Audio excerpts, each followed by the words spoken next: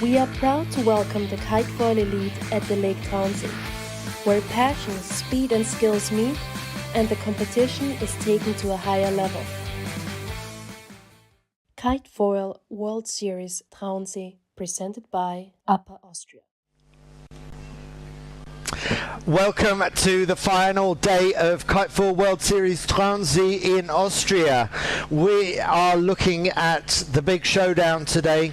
The 23-meter kites are kissing the sky. The question for me, Andy Rice, and my co-commentators Mirko Babini and Lorenzo Boschetti is, will they stay in the sky? It's been a challenging week so far. We are keeping our fingers crossed that we are going to get lots of races in today.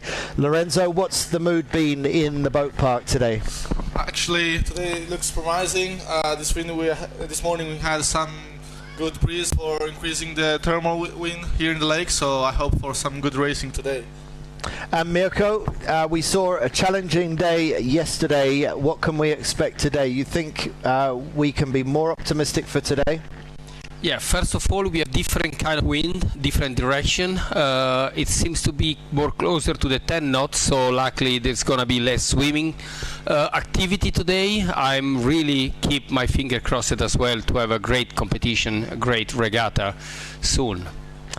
Lorenzo, you're world ranked #1 in Formula Kite. You're carrying an injury that hopefully you'll be over very soon, so we wish you the best for that, but it's our fortune to have you in the commentary today with me and Mirko. As a competitor, what would you have learnt from yesterday, and what would be the focus for you getting off this start line today? Thanks for everything, and yeah, I think for today the main things is to have a good start, clear start with nobody in front of you and with a good air. And I think the most important thing is to have the possibility to do an early tack, to go on the right side of the lake. Yesterday we saw more pressure, and yeah, it's true, it's a different day, different wind, so maybe it can change something, but clean start and clear wind is, I think, the key when it's a light wind. Well, we've got 7 minutes to the start, and we have a total of 58 riders here, 26 nations representing 5 continents. So we've got a real global spread of competition here, and we're going to kick off with the 2 men's groups. They are split into yellow and blue groups, so we're still in qualifying, and then after that we're going to be going to the women's group. All the women are racing in one group. It's really, you've got to be focused the moment you get in the water, don't you, Mirko? Because you cannot afford for your kite to drop, and as much as possible you want to stay on the foil even before the race. Yes, as we said multiple times, kite foiling is such a high performance thing, and that you are not allowed to do any mistake. So you have to keep foiling, go fast, no mistake. Tacking and jibing need to be 100% perfectly, and as far as you do some little mistake, or if it's not gonna well done a proper tack or proper jibe, you lose 20 meters or 30 meters quite quickly, which it means losing a couple of position on the fleet. And then we have to remember that in those fleet we don't have only 2 riders which they are good and the other one less. They are all of them, they're really good. And so this is the side of the course that you favour, where we're seeing this fly surfer kite going upwind on the right hand side. Mirko, you called that yesterday, but maybe the course configuration is slightly different today. What are your thoughts about the race course?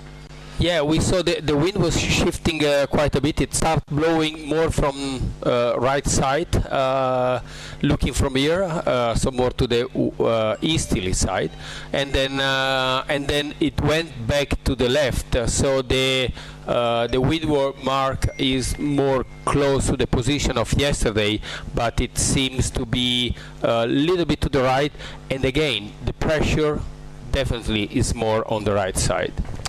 Okay, and there's still that soft patch up at the top of the screen that you can see in the far distance, looking up towards Gmunden, which is 12 kilometers away. Very clear visibility today, absolutely beautiful in Upper Austria. But where those sailing yachts are sailing in the distance, that's about the limit of where you would want to go on a kiteboard, because Lorenzo, if you go any further up the lake, you're in danger of falling in the water, and there are all kinds of terrible consequences if that happens, aren't there? Yeah, that's true. Not so terrible, but we are not a boat, so we can't stay on the water with our board, so we are sinking. So if you don't have wind, your kite is going in the water and you can't stay on top of the water with your board, so you can stay dry. So if there is no wind, you can't start anymore, so it's really risky to have a long swim back to ashore. Which we saw many times yesterday, but the signs are encouraging, because we're seeing people get around the top of the course and come back down again. So people have been checking out the windward mark. Yesterday, even testing the windward mark before the race was a hazardous operation, because you might not get back down cleanly, and we did see a lot of kites drop to the water. Now, we had just one race completed in the two men's groups and in the women. With the women, it was Julia Damasiewicz from Poland who won, and in the men's groups, on one side it was Martin Dolenc from Croatia, and on the other side it was Guy Bridge from Great Britain. Mirko, who do you think we can expect to see do well today in these light conditions? You know, every time that you do this question, I try to be a little bit snaky. I don't really like to say any names. I expected that the good rider, they will try to chase themselves and to stay on the top of the list as much as they can, and also because some of them yesterday they scored quite a bad result due to the mistake on tacking on jibing, where it was not enough wind. So stating on that, I must say that Giulia, she will definitely try to beat Daniela again, and she has the capacity to do so and the ability to do so, but we have to remember that Lorian Nolo yesterday, she was swimming when she went at the end of the second lap on second spot. From the boys, I must say that Giannis and Martin, they will try to stay on top of it. They really, they deserve it. They are super fast on those conditions. They are great, but again, Denis Aradin and Connor and Axel or Theo, they will not let them go. So let's see. It's going to be a battle. Yeah, so we've got some very good riders coming up in yellow group, starting in just over 1 minute 30 from now. Connor Bainbridge, Johan Beckett, Martin Dolenc, Marcus Edegran, Alex Aylen, Daniel Lowe, Jonas Maus, Axel Mazzella, and many others in this fleet. Denis Taradin, you mentioned. Noah Runciman from USA getting better and better. I haven't mentioned all of them, but this is one side of the group that we're looking at here. And Martin Dolenc, so far the Croatian, has looked very strong and very settled in these conditions. But speaking to him, he may have made it look easy from the outside, but he certainly didn't say that it felt easy from where he was on the board yesterday. And Lorenzo, there's a lot of pumping the board involved in these lighter conditions, isn't there? Yeah, and then also we are running on less than a minute to go. Yeah, and you're true. There is a lot of pumping on this super light condition. That is a tricky maneuver that can help you to save, to don't do a touch and go in the water, because the risk is to don't start anymore. So yeah, a lot of guys are pumping after the maneuvers. So we got 25 seconds to go, and now we see the fleet beginning to line up. Johan Beckett with the red kite amongst the leading group up near the committee boat. If Johan can keep his spot there, then the Danish rider will be in for a very good start and will have great options to tack out to the right hand side if that's what he wants to do. 5 seconds to go. 4, 3, 2, 1. Is it going to be a clean start? Yes, I think it is. Some really fast starts up by the committee boat. Lorenzo, big crash. Angle in the starting line. Was that a attempted port tack start? Yeah. And then So, oh, and another wipeout. What happened there? that was weird. I didn't understand. It seems that he catch something in the water because he just stopped himself. I didn't recognize the first two. Okay. No, this is the second thing. Whoa! That was a kind of a huge front stall, and then when it fold the kite, it catch the line from the one behind. Yeah, that's true. I recognize in the first angle the blue ocean kite was Danny Lowe from Malaysia, and now we can see in the top of the fleet Conor Bainbridge with the grey kite F1 and Beckett with the red Flymax. So let's see what's gonna happen on the right side of the course with Axel Mazzella. So Axel, is that Axel with the orange ozone? Yeah, Axel is the one coming on starboard. So that's not worked out for the right hand side. Mazzella is a long way back, and it looks like it's the riders that went out to the left hand side of the course as they look at it that is going well. Who did we? I think Martin N, who is first, and Denis. So Martin Dolenc from Croatia, yet For again sure he's second. up there. And For sure second. so he's second, and we think Denis Taradin from Cyprus is in the lead. So I can see also Conor Bainbridge in 5th position, windward to everybody, driving now with Theodore Ramkut in 3rd position. So we can see a huge lead of Martin Dolenc on the left side of the footage with Denis Taradin in the center. Okay, so all settled onto Port Jibe, going down to the bottom of the course. They do 2 laps of this very short course. Yeah. And the leader, as usual, once you get into the lead, it's easier to protect. Yes, now we will definitely recognize better on the leeward mark who is gonna be first. So Martin confirm is leading the fleet, and then Denis straight behind him, and so they continue on starboard a little bit. So far, center of the course is the one that pay off, not all the way straight to the right side. Axel Mazzella is sitting in 6th, where he went straight to the right side, not so far back, but let's see how he's gonna play the second upwind leg. So Martin Dolenc's in the lead. He is first of the front group to tack on to port. Looking very difficult to beat in these conditions. The Croatian looking very stable indeed. And already getting to the top end of the course for the second and final time. Very fast-paced races. Let's see how he gets through the tack. Dolenc is pumping the board like crazy out of the tack to build up to full speed, and Denis Taradin has almost got back on level terms, but it should be Dolenc who's got the better line in towards the windward mark, and Taradin having to push high to get around, which he manages to do, but that hands more distance to Dolenc, with Taradin still pumping the board hard to try and get back up to full speed. So he paid the price for that tighter ley line decision that he made. Yeah, you know, when you are really short on the ley line and to get the windward mark, obvious you would not do an extra tack in front of the fleet, so he pushed quite hard to go all over the wind with the board, but he lose a lot of speed on that. And meanwhile, 3rd, 4th and 5th, they've all done a very early jibe, looking to attack the leaders by coming down the far side of the race course. How will that work for them? It looks like a really nice low line for the 3rd boat at the moment, the 3rd board.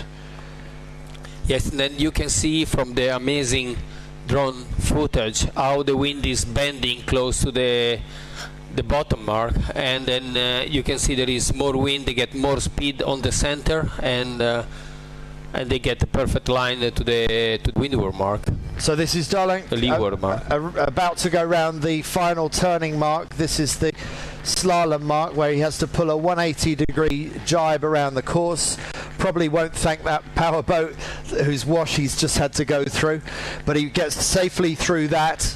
and he's on his final approach back through that powerboat wash, just about through that, and now he should be home and dry, able to get across the finish line. And this will be another race win for Martin Dolenc, who is beginning to show a level of consistency and mastery in these conditions, which some say is random. And you see a kite in the water. Some people just can't handle these conditions, but Martin Dolenc of Croatia is not one of them. He punches the air again, as he should do. Extremely happy to have won that race. He makes it look easy in these conditions, Lorenzo. It's not easy, is it? That's true. Martin is really a good rider, and he did perfectly everything. We can see Dennis Tardin and Alexander Helen in 4th position, Conor Bainbridge in 5th, and Axel Mazella with the orange Ozone kite in 6th, and the Danish guy Beckett with the red Flymax. And now Martin Dolenc tried to go back ashore to rest after the race. Right, and so great performance by the Croatian. Axel Mazella, he went up the right hand side of the course. He got out that side very quickly, but Mirko, it didn't work out for the Frenchman, did it? No, not really. I mean, we saw it that he has less speed compared to the other, but it seems the center right is the part. Okay, not long until the next start. We'll go to a quick ad and we'll back to you for the next start.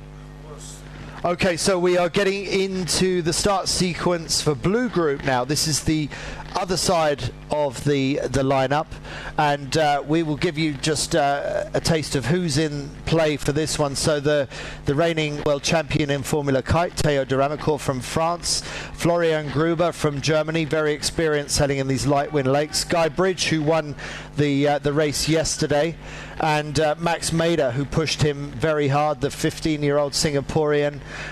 Some others to mention: Valentin Bontas, the local hero from Austria. Tony Vodisek is also in this group.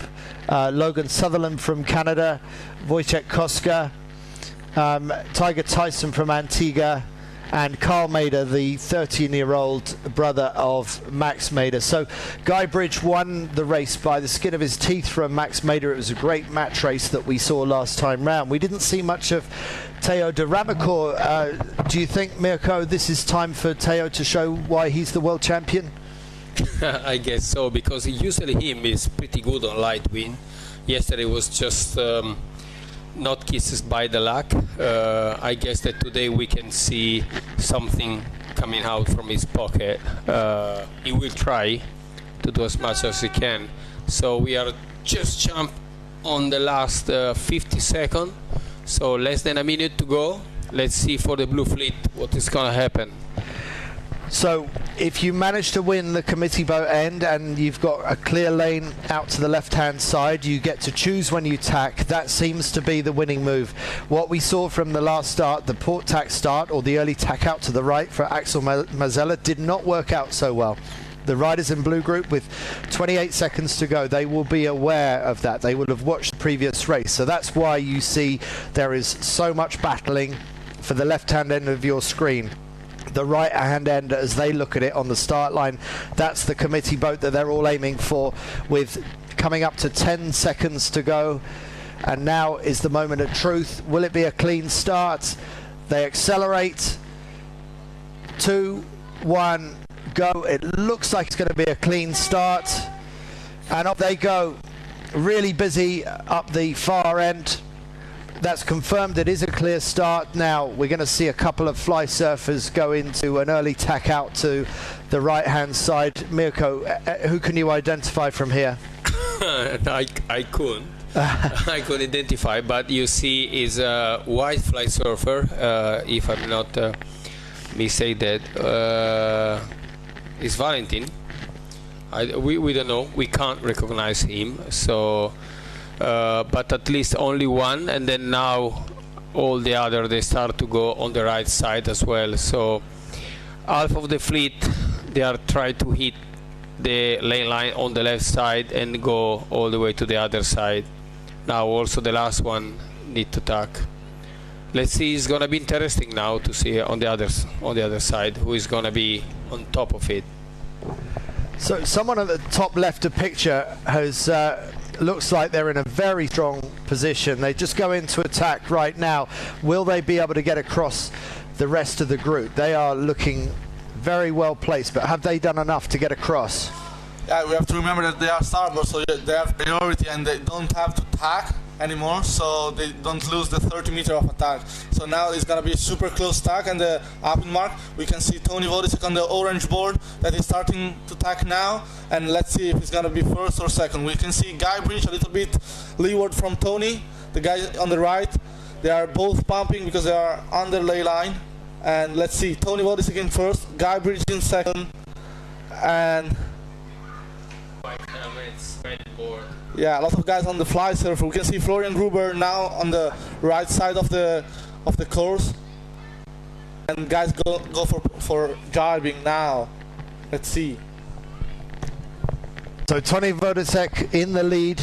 Mirko, what do we know about Vodicek?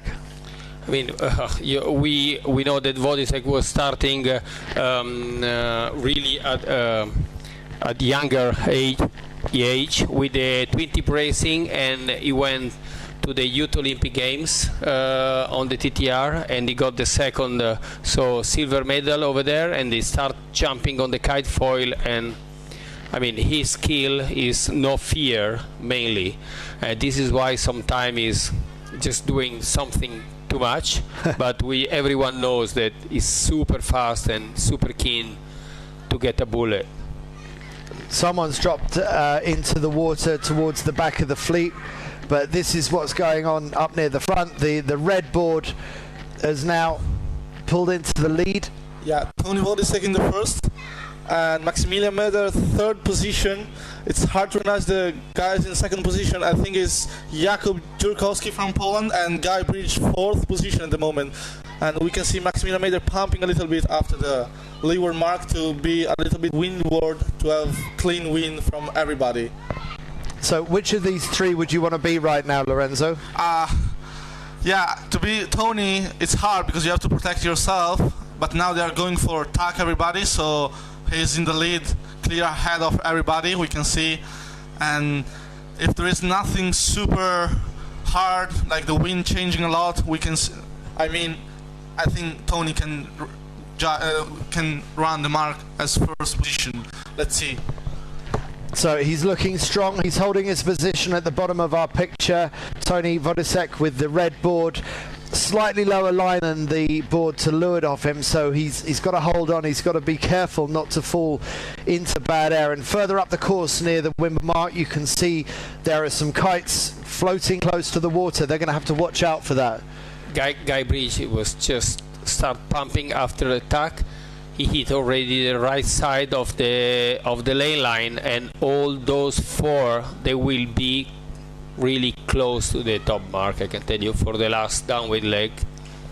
So Guybridge on a good line into the mark, but has Tony Vodicek done enough with his ley line decision to be able to hold on to the lead? And it seems to be Jakub Jurkowski, the one from Poland, and behind. And that's Guybridge, is it, moving into the lead, or is that who's just managed to get on the inside line of Vodicek? So who is there in the right side, Lorenzo? If you recognize him, is that Guybridge now in third, or is the one in front? No, Guybridge is in third. We can see Maximilian Maeder in front, and just behind Tony Vodicek, Guybridge just jibed far away from everybody, and in the fourth position, it's hard to recognize. Is it Jakub? Is it you, or not? Okay, so we're trying to identify the new leader. So you don't think that is Max Maeder? You think it's Max Maeder in the lead? Okay, so Max Maeder from Singapore, we believe, might have moved into the lead. The challenge we have is that the fly surfer kites are all identical. So we see 3 fly surfers going into jibes now, and we see the blue ozone on the far side. The blue ozone, where has that come from? I guess it's nothing to do with the leader. Well, maybe being lapped. Surely they must be in this race, otherwise they're far too close to the competition. Yeah, so he's going for the second lap, so it was a lapper. Right, okay, so that goes to show the difference that can happen on these race courses between the front and the back of the fleet, even in a short course like this. So we think it's Max Maeder leading the 15-year-old from Singapore, just a change to his wake there. It looked like there was a momentary loss of control. Let's see how he gets round the slalom mark, safely through the slalom mark. So Max Maeder of Singapore now in the lead, ahead of Tony Vodisek, who's safely round the slalom mark, followed by who do you think, Lorenzo, in third and fourth? It's Guybridge in fourth, is it? Yeah, Jakub from Poland is currently third, and we have Guybridge fourth, and just now jibing Tiger Tyson with behind Florian Gruber in sixth position. And now let's see if Max Maeder can stay in front of Tony Vodisek. We know that it's not easy to stay in front of Tony in the reach, but also Max did it the time. So Max Maeder punches the air. He had to come through from behind, and he's done that. The man behind the mask wins this race, the 15-year-old from Singapore, followed by Tony Vodisek coming second, and then Jakub Jurkowski coming across the line in third for Poland, and Guybridge, winner of yesterday, in fourth in that race. So on this side of the draw, that puts Max Maeder in the lead, but in the overall lead, after 2 races, it's Croatia's Martin Dolenc with a perfect 1-1 score from the first 2 races, and getting into the top spots, particularly on a short event like we're seeing here with only today's racing remaining, Mirko. That's critical performance from the Croatian, from Martin Dolenc. It could be the difference between winning and losing this competition.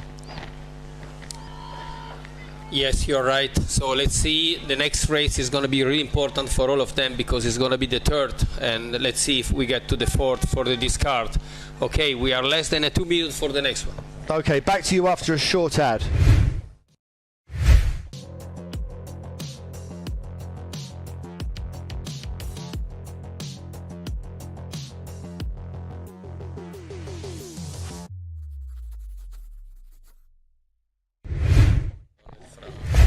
Okay, so now we are into the starting sequence for the women's fleet. This is all the women racing together in one group. And to remind you what happened yesterday, there was a great race going on between Lauriane Nolot of France and Daniela Moroz of USA. But Julia Damasiewicz from Poland, she was in third. She tacked early out to the right-hand side on the second windward leg.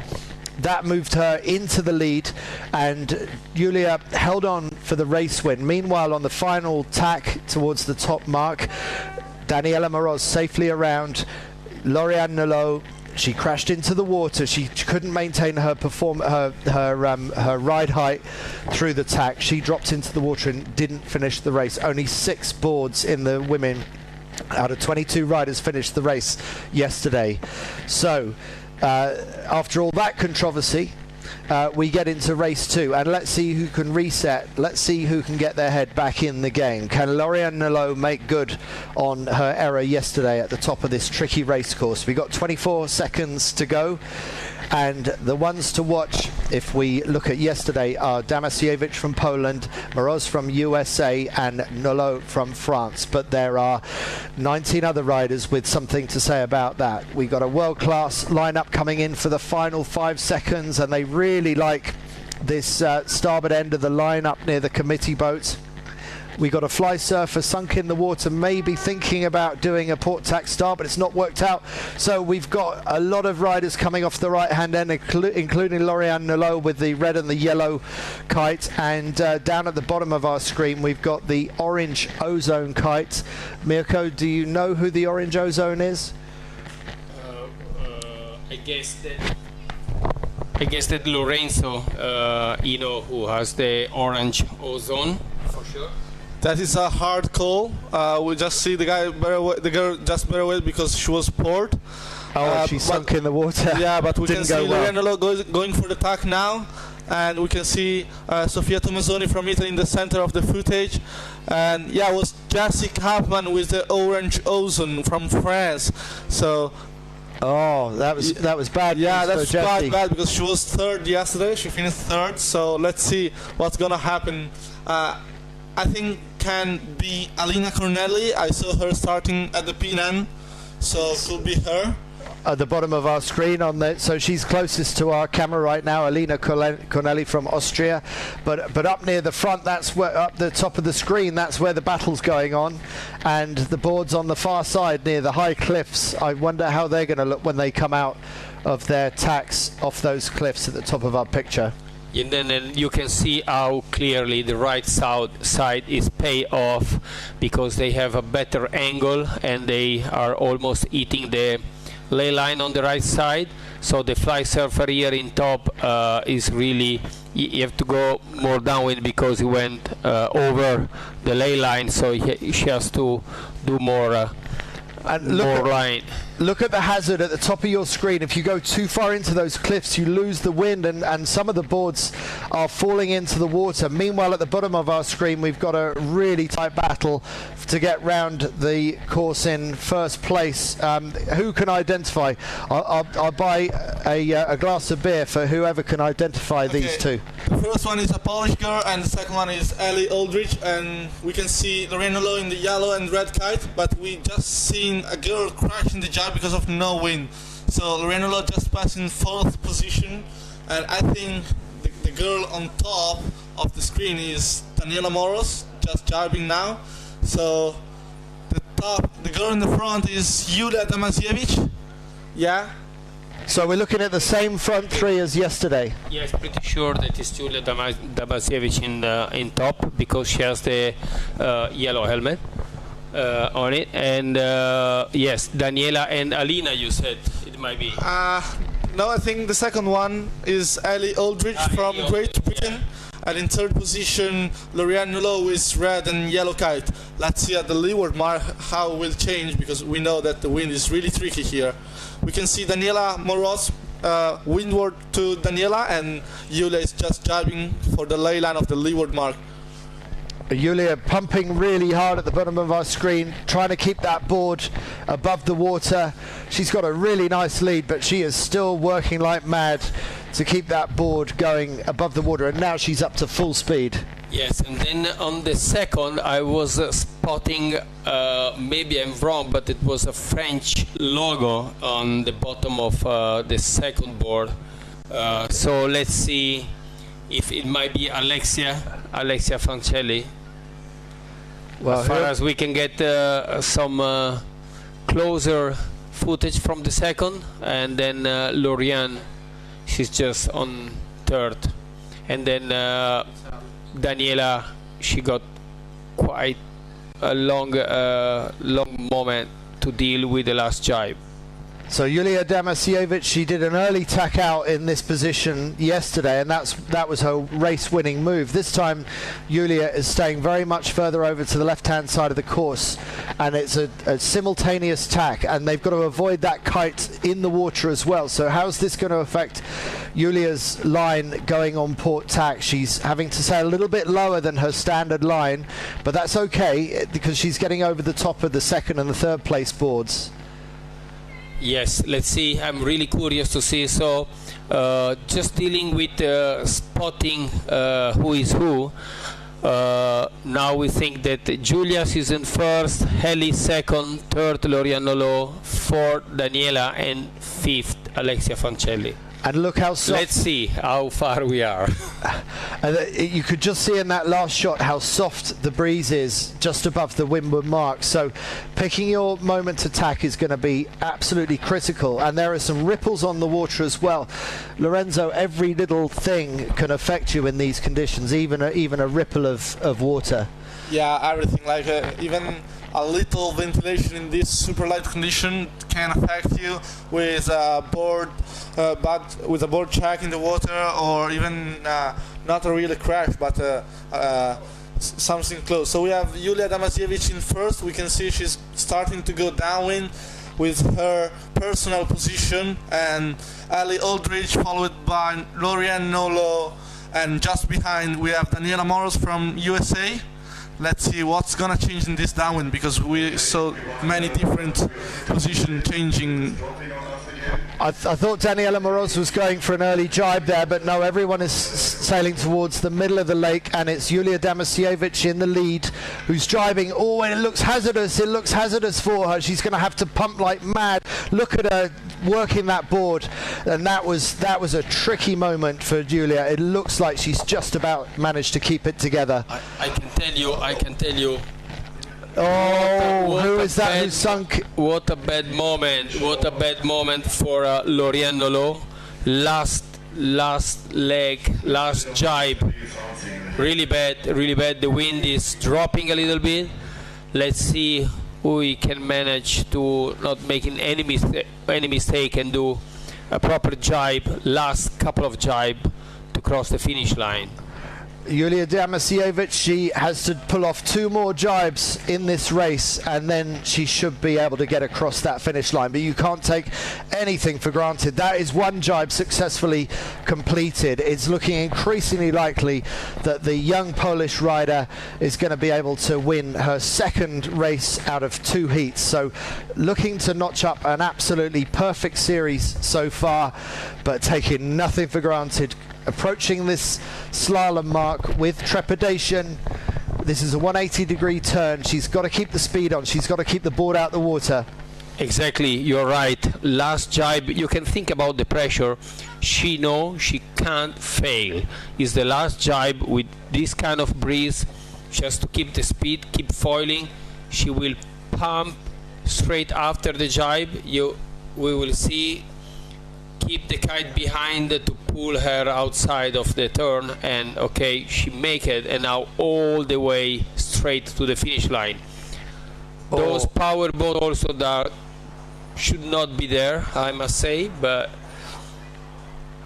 look at the second one doing a long jibe to keep soft, just a soft speed, but keep foiling. It looks like Julia's going to make this across the line. Let's watch out for her reaction as she crosses the finish line. I doubt she's even breathing right now. She just is holding on for grim death, and she punches the air. Look how much that means. She's done this twice in a row now, and she is proving. We can see Ali Aldridge in 2nd position with a huge ventilation. That means the water can be really cold, or she can got something like a seaweed or something like that. And in 3rd position, Alexia Fancelli, followed by Jessica Upman with the orange ozone. Right, so that begs the question, what happened to Daniela Moros? If I'm not wrong, in the footage with Lorianne Nolo, I saw crashing also Daniela Moros, because she gets stuck from Lorianne. They were so close, and she gets stuck from Lorianne jibe. And we can see Alina Cornelli finishing right behind Jessica Upman in 5th position. And she's happy with that too. I mean, any finish is a win in these conditions, isn't it? Just to get across the finish line, you have achieved something quite extraordinary. But that puts into perspective 2 wins so far for Julia Damasiewicz. And we will be back to you with the next race after a short ad.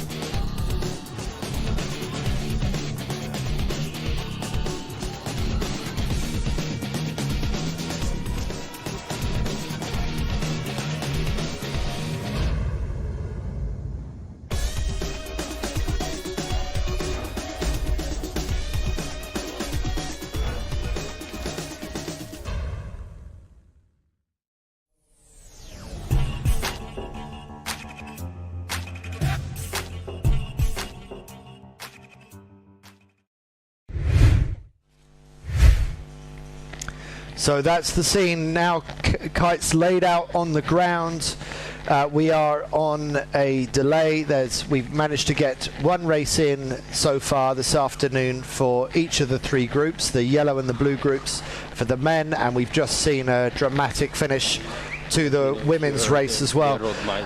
Lorenzo, we've got two repeat winners. We've got Martin Dolenc. He's now won 2 races. Yulia Damasiewicz, she's won both races in the women's.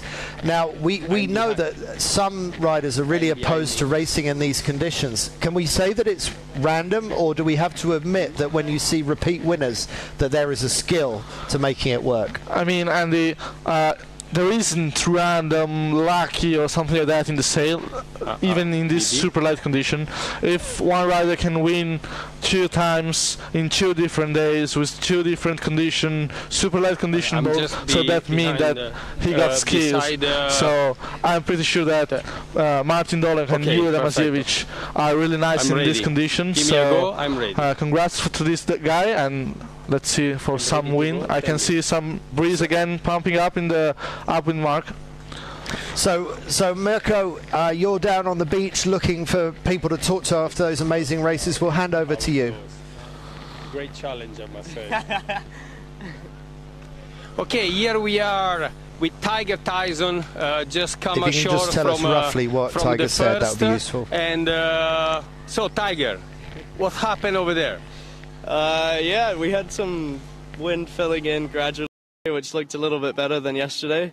So the yellow fleet went off and had a relatively clear race with good wind. And then for me and the blue fleet, we also had it was very light, definitely around 6 knots. There's a little bit of pumping at the top mark, but not too bad, a bit better than yesterday. And yeah, I'm really happy with the way I'm racing, and yeah, my strategies and starts have been pretty spot on. So yeah, I think with this short course, it's all about the starts and keeping clear air. So no mistake, no room for mistake. You got into the finish line. Yeah, exactly. Especially since we've only done 2 races, because the first 2 days was a bit more like a swimming relay race, to be honest. It was like yellow swimming, blue swimming. So yeah, it's nice to finally do some kiting. Okay. Thank you, Tiger. Hopeful to get the 3rd race in our belt. Yeah, thank you, Mirko. So Tiger relieved just to have got some racing done finally. Now the riders are going to need to learn really, really quickly. What can you learn in between races? If you were having a conversation with your coach, or if you were coaching one of these, what lessons would you take out of that? That's a hard question, because there are a lot of things that you can learn every time. So your coach can say to you that you can learn better your tack or your jibe in really light condition, or your strategic skill, or trying to match someone else.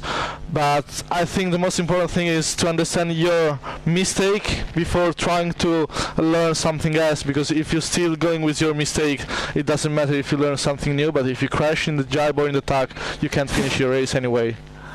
Let's see what we can find out from Mirko, who I believe is with Alina Corneli. Here we are with Alina. She did quite well on the race, but I was out there. Yeah, I had actually a really nice start, and we had a lot of power in the starting line. And then I was arriving really well on the top mark, and then I was like, okay, there is no wind at all. And so I had to overlay and let people go through. And then I had to tag behind them, was overlaying a lot the top mark, because it was quite glassy right there. And then it was weird, like there were some patches of strong wind, some patches of no wind. So it was again like yesterday, just survive, do your tags, do your jibes. I was overlaying a lot so that I reach everything in case there's a wind hole. And yeah, and in the end, I think I became 5th or 6th. So it's pretty good. Yes, you did well. So 5th or 6th at the end on the finish line is quite a good result, at least to cross in the finish line. But you play well, because there is no room for any mistake on this condition. Yeah, that's it. And I mean, of course, I would have loved to tag earlier and do a proper lay line. but I think I'm just happy that I made it in 5th position, that I didn't crash an attack or a jibe, and that I had always a bit of wind because it was up, down, but I think it was better than yesterday in the race. Yes, thank you. Hopefully, keep the finger crossed for some more wind. Thank you. Thank you. Sorry. So Alina Corneli, very happy to have kept herself above the water. That is one of the key skills, is just to keep the board above the water. We can hear that some people are going for protest. That's a board against board protest. This is serious stuff. There's prize money on the line. This is the KiteFoil World Series, the first event of the year. Well, Yulia Damasiewicz, she's just been charging her iPhone in between racing. Julia, if you want to join us, you'd be very welcome. So we're gonna get Julia in. Congratulations, just incredible. How people are trying to work out what is the secret. Just tell the people looking at the camera what is the secret to these crazy conditions? Honestly, I think it's a lot about pumping. Like, you know, guys, it's really tricky conditions and the wind is very light. So I think pumping is a clue to get it. Pumping on the maneuvers, of course. And also I think now, I don't want to tell all the secrets, you know. No, you're not going to tell us everything. But we did see that pumping out the jibes was critical, especially on that final run to the finish. You nearly lost it, didn't you? You just about managed to keep it going. Yeah, that was really hard. I have to say that it was the moment that I thought, am I going to drop? Am I going to drop? No. And yeah, I kept it going, so yeah, that's fine. And were you aware that others were crashing into the water behind you? Yeah, I heard that, I saw that. So that was, I don't know if I can say that was motivating to push even more, but I did it. Yeah, you absolutely did. And some people would be saying these conditions are too random to race. Or what do you say? You've won 2 races. Do you think it's okay to race in these conditions? It's challenging, of course it's challenging, and it might be the reason that I'm training a lot in those kind of conditions. It might be the reason that I'm doing so well. Yeah. So basically I think that is a alright condition to race, but still it might be challenging for some riders. Yeah, well, Julia, it's been amazing to watch you so far. Keep up the good work, keep that pumping going, and we will see you out on the water in not too long, I hope. Yeah, keep your fingers crossed. Thanks very much, Julia. Thank you. So, see you later, Julia. And Mirko, we understand we've got another rider that we can go to, so over to you, Mirko. Okay, go. Okay, here we are. Yesterday was a long swim day, but today you got to the finish line, right? I did, yeah. Yesterday, unfortunately, I dropped my jibe after the first mark, but today I dropped attack, but I got back up and I was determined to get through that finish line, and I did it, yeah. So pretty happy, at least. It's really important, at least to end at the end of the race. So it's the second race of all series, so it's going to be really important to score a good result. Yeah, I think because so many people have swum and the results are kind of a bit all over the place because the conditions are really hard. Actually, I think even just finishing a race, it makes a big difference. So yeah, I'm happy I managed to get to the end. Okay, thank you very much and keep the finger crossed. Thank Bye. you. The drone behind.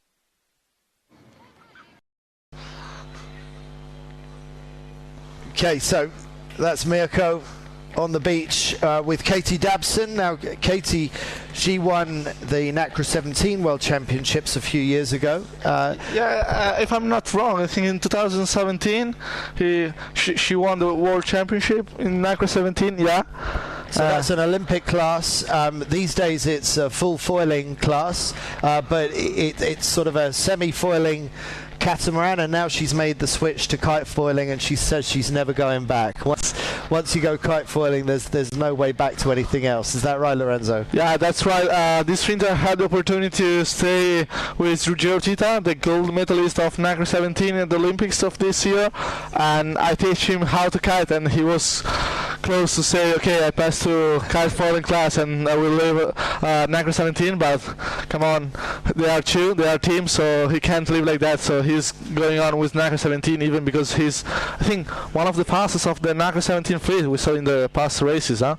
Well, no, absolutely. I mean, since they've gone to full foiling this year, Ruggero Tita and Caterina Banti have been the absolute world-class act, reigning Olympic champions and winning pretty much everything this season. So if you manage to convince Ruggi Tito to come over to kite foiling, you would possibly be even less popular in Italy than Berlusconi.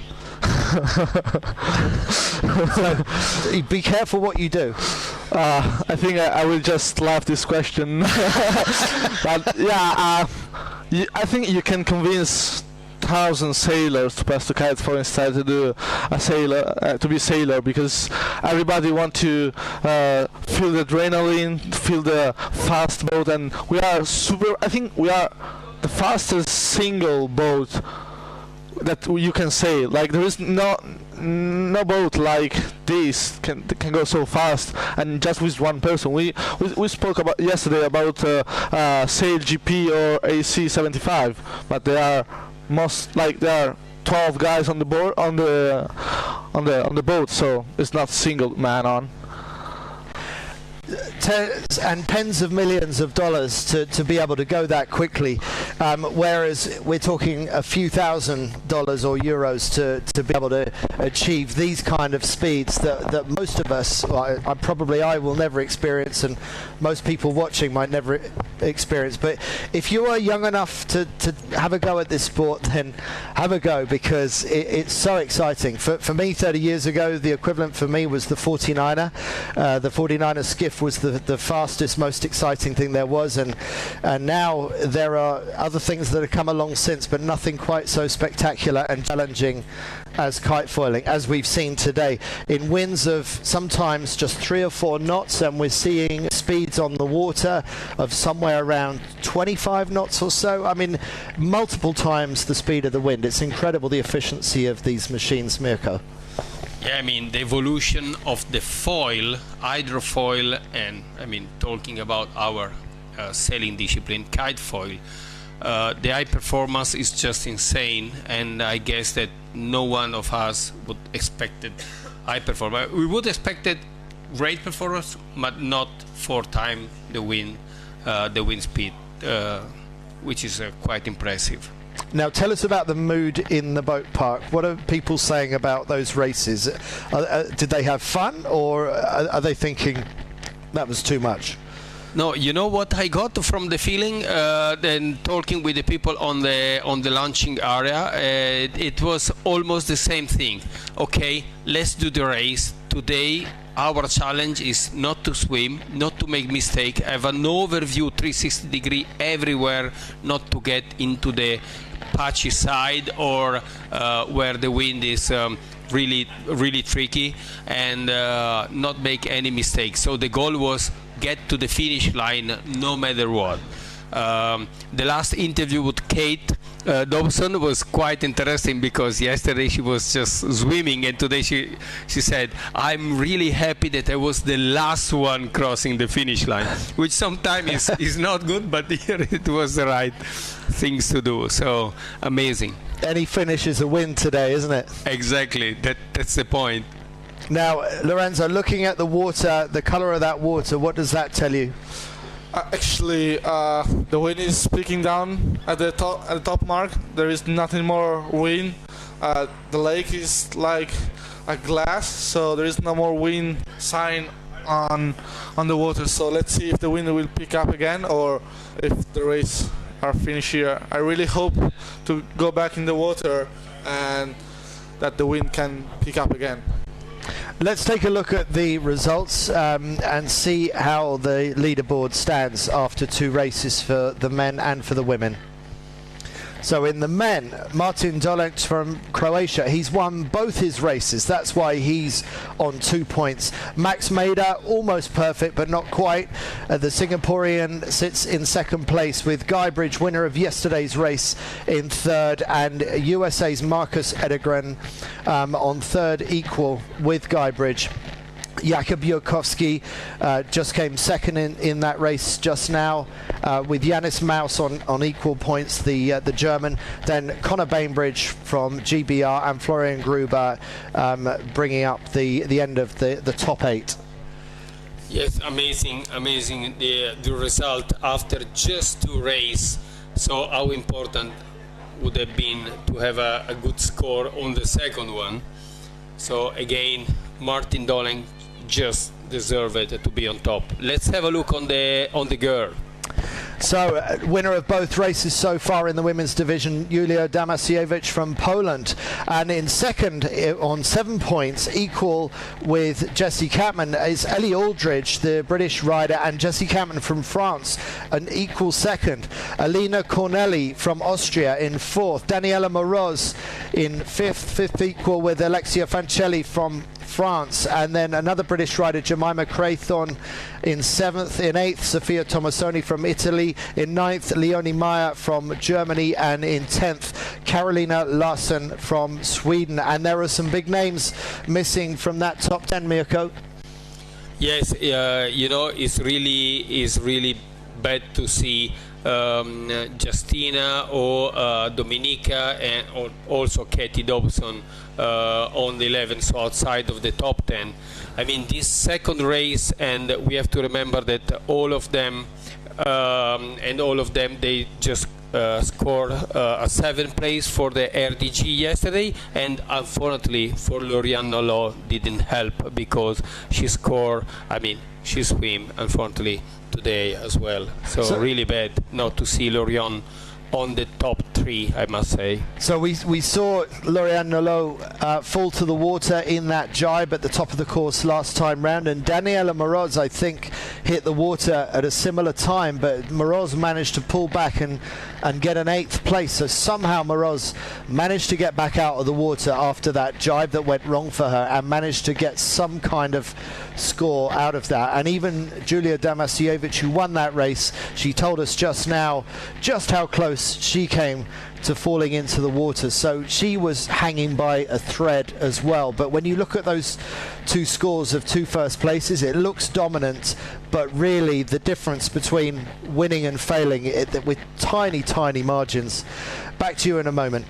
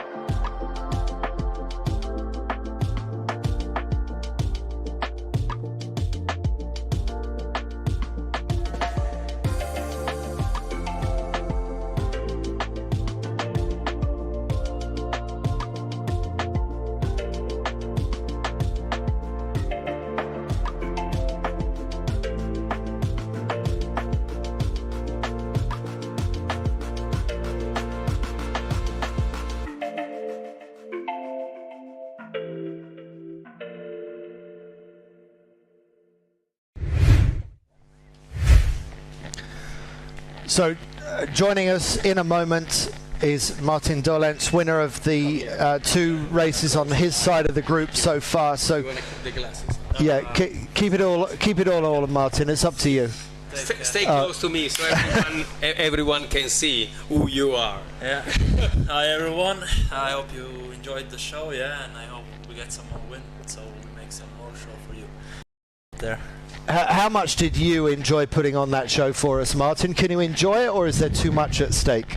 Well, yeah, there was definitely a part of me that was like intense and like a little bit, you could say stressed, but yeah, and there was a big part of me that enjoyed the whole thing, and like there was just so much adrenaline in me when I was winning, and like going on that final reach I was like really like super focused, and I think for me that's the feeling that I'm always looking for in racing. Yeah.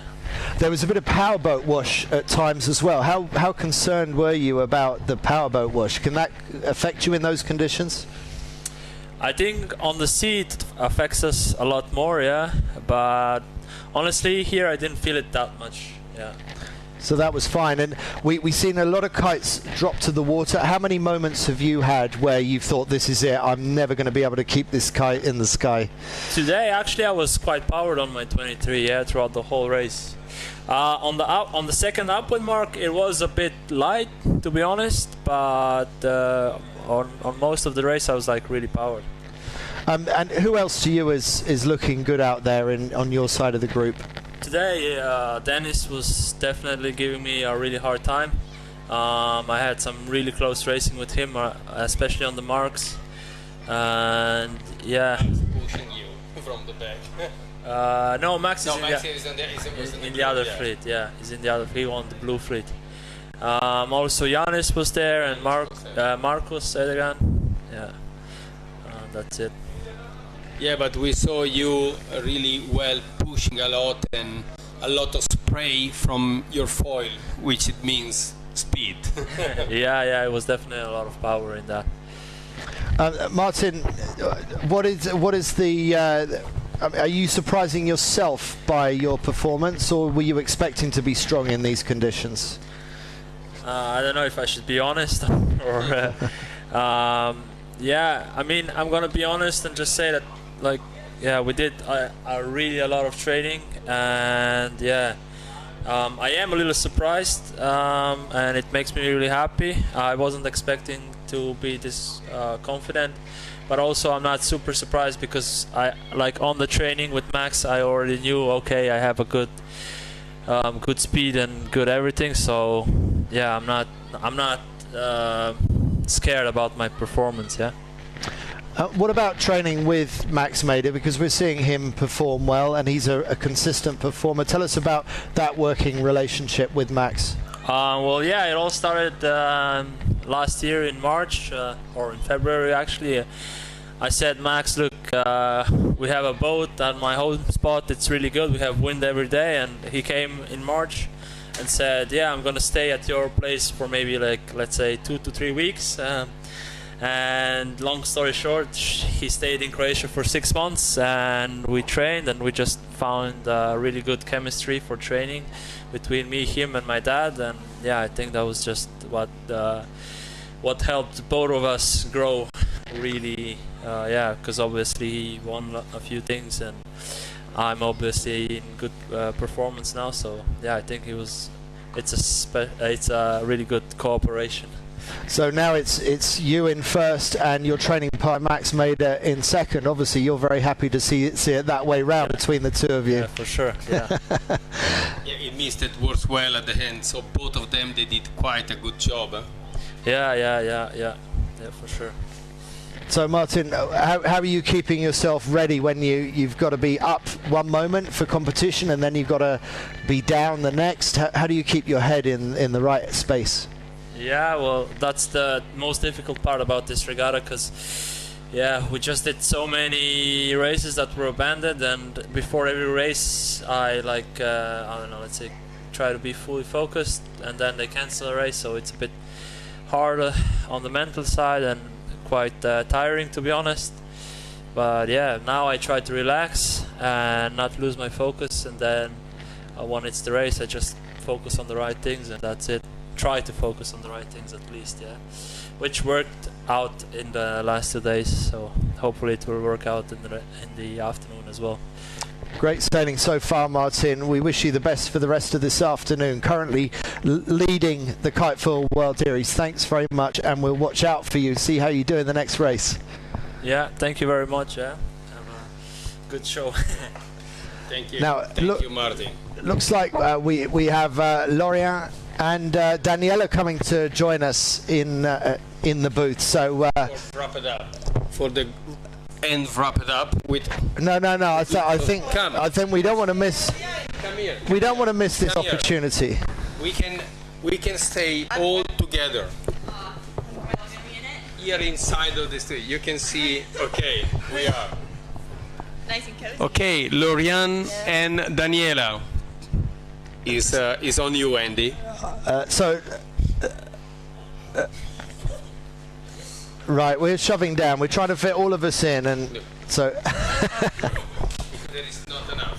Okay. Sorry about that, Mirko. No. I was trying to get all of them squeezing. So Lorian, a disappointing race for you. You were keeping it together until the final run. Tell us what happened in the final run. Yeah, it was going well and pushing hard. The thing is, it was looking windy, but the wind is so warm that you have no pressure at all in the kite. And yeah, we saw the man struggling the race just before us, so we knew it was going to be really, really hard.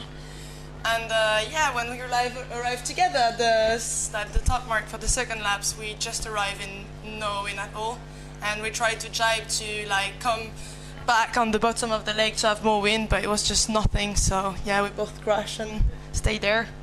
Now we didn't see what happened after that, Daniela, but it looked like you actually managed to get back up and running and get an 8th place. How did you manage that? Yeah, it was super light up there, and it was just a matter of trying to keep the kite up in the air, and I was thankfully able to just get one little bit more breeze and be able to get back up. But yeah, it was just super, super tough conditions, and you really had to be on top of it and be tagging and jiving in the right places. So yeah, it was tough out there, but good learning experience and good practice, I guess. So yeah. If you could actually just hold the microphone, that would be great, and hold it quite close to your mouth. So you two had a completely different view about whether that race should have happened yesterday. That's the impression that I get. What is the view between you two today? Was that a legitimate race that you saw just then? What your thoughts first, Lorian? So yeah, for me, obviously I feel a little bit unlucky. Like between yesterday and today, it's looking like I'm always in the wrong place at the wrong moments. So I'm not really sure if it's me or if it's just the wind is playing with me. But yeah, it's for me it's unfair, for sure, because like we arrive in no wind and like we just have nothing to do but like swimming. So it's like for sure it's horrible. But as like Dee said, I think it's a good training. And I mean, I'm just hoping that it's going to be done, and, and that's it. Daniela, what about you? Because we can't ignore the fact that Julia Damasiewicz has won both races so far. So it looks like, and the same with Martin Dolenc on his side of the men's group, it looks like some people have got an understanding of how to make these conditions work. What's your thoughts? Yeah, definitely. I think I've always struggled with light wind conditions, and it's something I've progressively worked on throughout the last couple of years, and I definitely feel a lot more confident, but obviously still have a long way to go just in terms of getting better. And there's definitely, yeah, it takes a lot of finesse and a lot of feel, and you just need to have that right touch to it.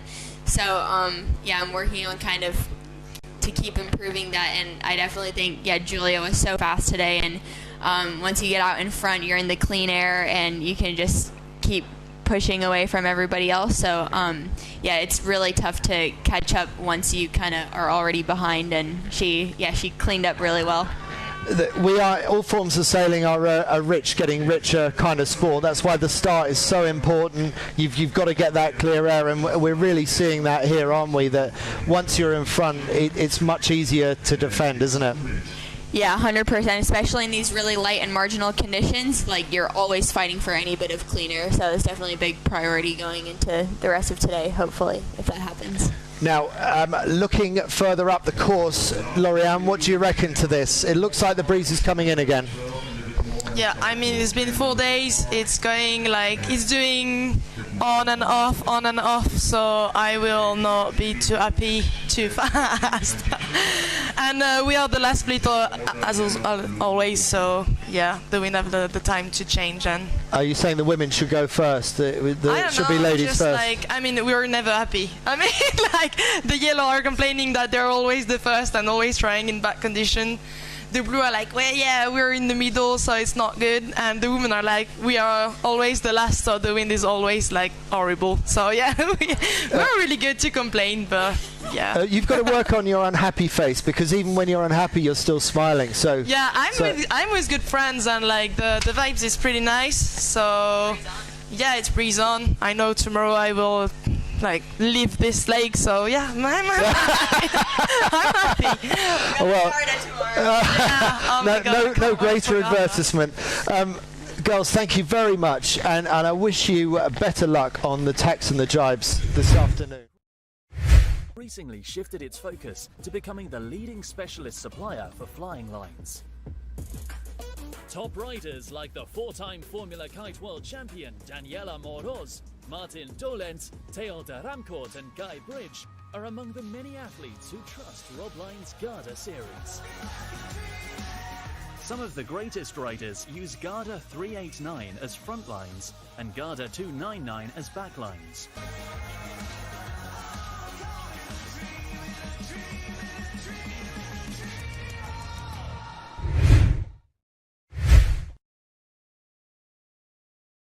To Lauriane Nolot and Daniela Moroz for joining us in the middle of their competition to share their thoughts on the racing so far. And I think it's safe to say that we've got some slightly different opinions about whether the racing should be happening in these conditions or not.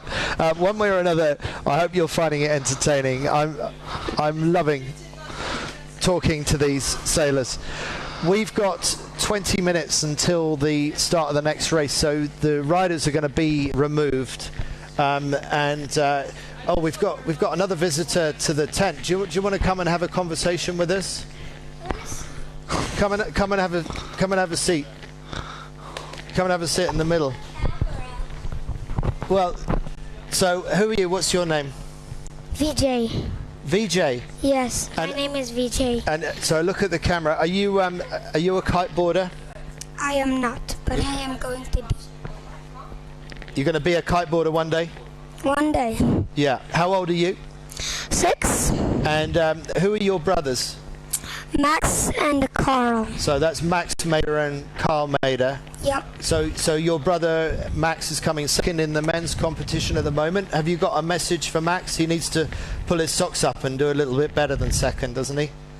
No, that is pretty good for him, because first, second, third is top 1, so we don't have to worry if we're in those places. I'm okay with Max being in second, so no worries. Okay, and how long have you been coaching your brother in kite foiling? Since I was 6, I guess. Right, okay. Well, he's obviously getting a lot out of your advice. What message do you have for Max this afternoon? I don't know. Yeah, you're going to let him do his own thinking? Yep. And what's your focus for the afternoon? Are you going for a ride in the unicorn, the inflatable unicorn? I'm just going to eat lunch first, because it's 2 o'clock and I haven't had lunch yet. Oh, what are you going to have for lunch? I don't know. Yeah, what about a burger, or are you a vegetarian? No, I'm not a vegetarian. Right. Okay. Well, thank you very much for joining us, VJ. And I know that in another 10 years' time, we'll be interviewing you as one of the top kiteboarders in the world. I don't guess so, but we'll see. I've got more confidence in you than you do, but I think you'll be fine. Thank you very much, VJ. Enjoy your lunch and enjoy the water of Transy, because you are always in the water, aren't you? Yes. Yeah. You are. Thank you.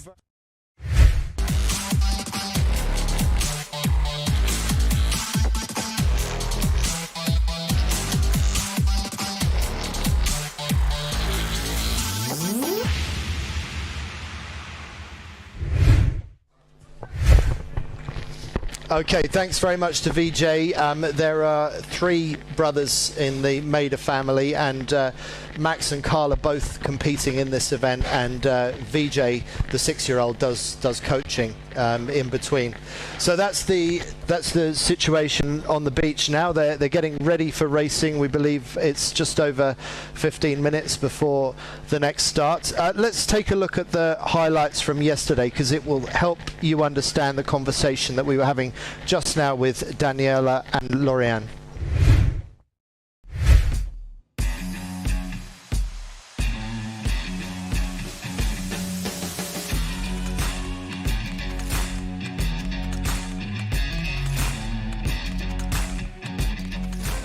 Game on!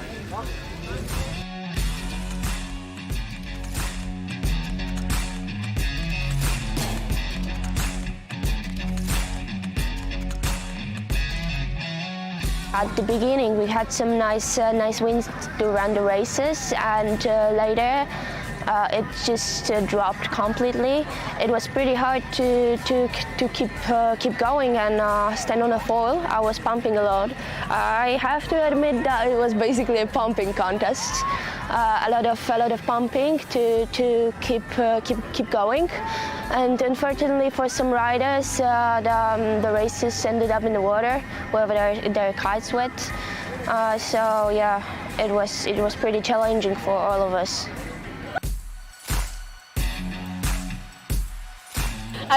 So yeah, yesterday a lot of people came to the beach from the boat rather than foiling into the beach, and it's almost like a walk of shame where you're walking in trying to carry your kite and your foil and it's all dripping wet, and yeah, and if people come in still on the foil, then everyone like cheers and celebrates. So it's quite entertaining, like seeing the different people come back. I think when you drop your kite, you've got 2 options. One is to pack away straight away, and 2 is to give it a go. The problem is that if you keep trying to get it back up and you can't, it does slowly fill with water. So then when you do go to pack up, you're going to have a bit more on, and your little roll on your board is going to be a bit more heavy, a bit more tricky. So yeah, from experience, you learn when the point of no return happens and you need to pack up your kite. But yeah, it depends on what the wind's trending really here. Either way. Yeah, true.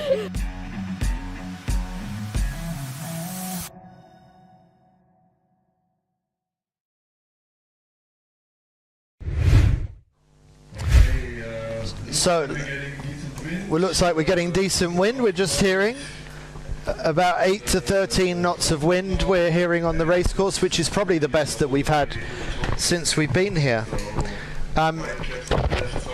White caps on the left side. We're keeping our fingers crossed. So maybe this will put, I mean, as I said earlier, Lorianne Nolot always seems to have a smile on her face, even when she's not happy about things. Hopefully this will bring a real smile to her face. Lorenzo, what do you reckon to that picture? Is that good kiteable conditions we're looking at now? I think it's the best kiting condition we ever seen this week. It's windy. We just heard about 13-15 knots at the starting line and about 12 at the upwind mark. So it's perfect condition for everybody. On this condition, everybody can ride, and so it's gonna be a really good racing for everybody. I really hope it's gonna stay like that. Mirko, would there be any consideration about changing kite size? Will anyone change down to a smaller number? Honestly, with you, I don't think so, because also if the wind is gonna hit 13-15 knots, they are scared to get less wind soon. So maybe fill it in, but then it will decrease a bit, because it's not forecasted, this kind of wind. So I guess that they will prefer to stay overpower, but stay out with a bigger kite. And there's a line of breeze where that yacht is on the right of our screen. What's going to be the best way up the course, do you think, Mirko, to make the best of that line of breeze? Yeah, there is better wind also close to the windward mark, and we are about 10 to 15 the wind average almost everywhere. So it looks good, and there's perfect sailable condition. As Lorenzo said, the the better condition that we saw so far all over the week. So let's get it started.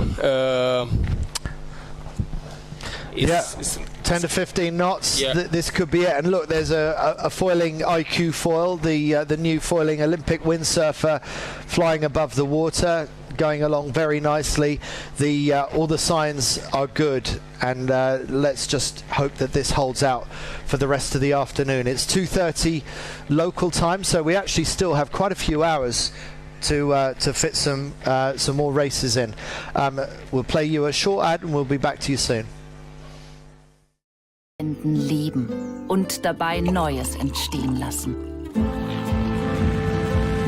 Wir suchen den Ort, wo die Natur den Geschmack für Küche und Keller reifen lässt.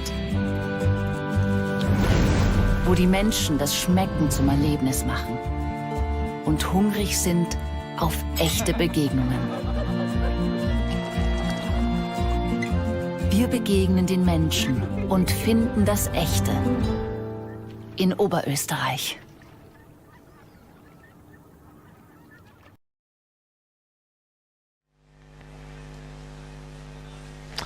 Right, so we're just over 10 minutes to the start of the next race. Kites are going in the sky, and it's time to get ready for this next race. We are just going to play a couple more ads, and then we will get into the race sequence for this next start. Back to you soon. Ist nicht allein. Aus dir und mir entsteht ein Wir. Und dieses Wir wirkt hier. Und hier. Und hier. Wir ist stark und selbstbestimmt. Das Spiel, wo füreinander mehr gelingt. Wir geht nachhaltig neue Wege. Wir ist, wo Erfolg beginnt. Wir schafft Nähe. Wir gewinnt.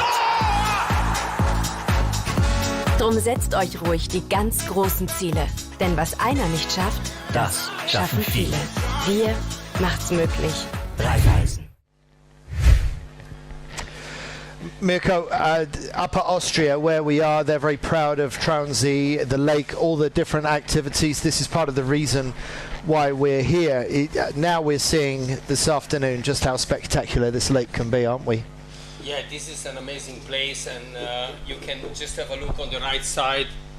You can have a look on the right side, on the left side in this beautiful lake. There is stand-up paddling, mountain biking, people hiking from early morning. So many activities, and it's a really great place to spend a vacation here, I guess. It is, and someone who loves this and promotes it more than anybody else is Andreas Murray. Let's hear what Andreas says about Upper Austria. Well, being on the lake, of course, we have many water sports possibilities and indeed sports of all kinds. But the lake and the possibility of doing water sports where you need wind has always been one of our USPs, one of our strengths. We have extremely good wind conditions, and that's not just for sailors, but for kite foilers, for wing foilers, which need the wind. And we've also, in the last few years, always tried to bring new trendy sports, water sports, to the region. And so it's very important for us to have the kite foilers here, the wing foilers, and I think they feel very well because we have the ideal situation for doing the water sports, but also when you're not doing sports, for your leisure time, that's also important, eating, drinking and having a good time.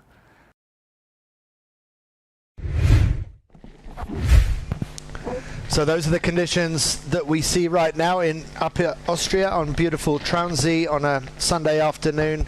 Lots of activity across the water, keel boats, foiling windsurfers flying across the screen, but of course what we're here to talk about is the KiteFoil World Series, and we're on the final day.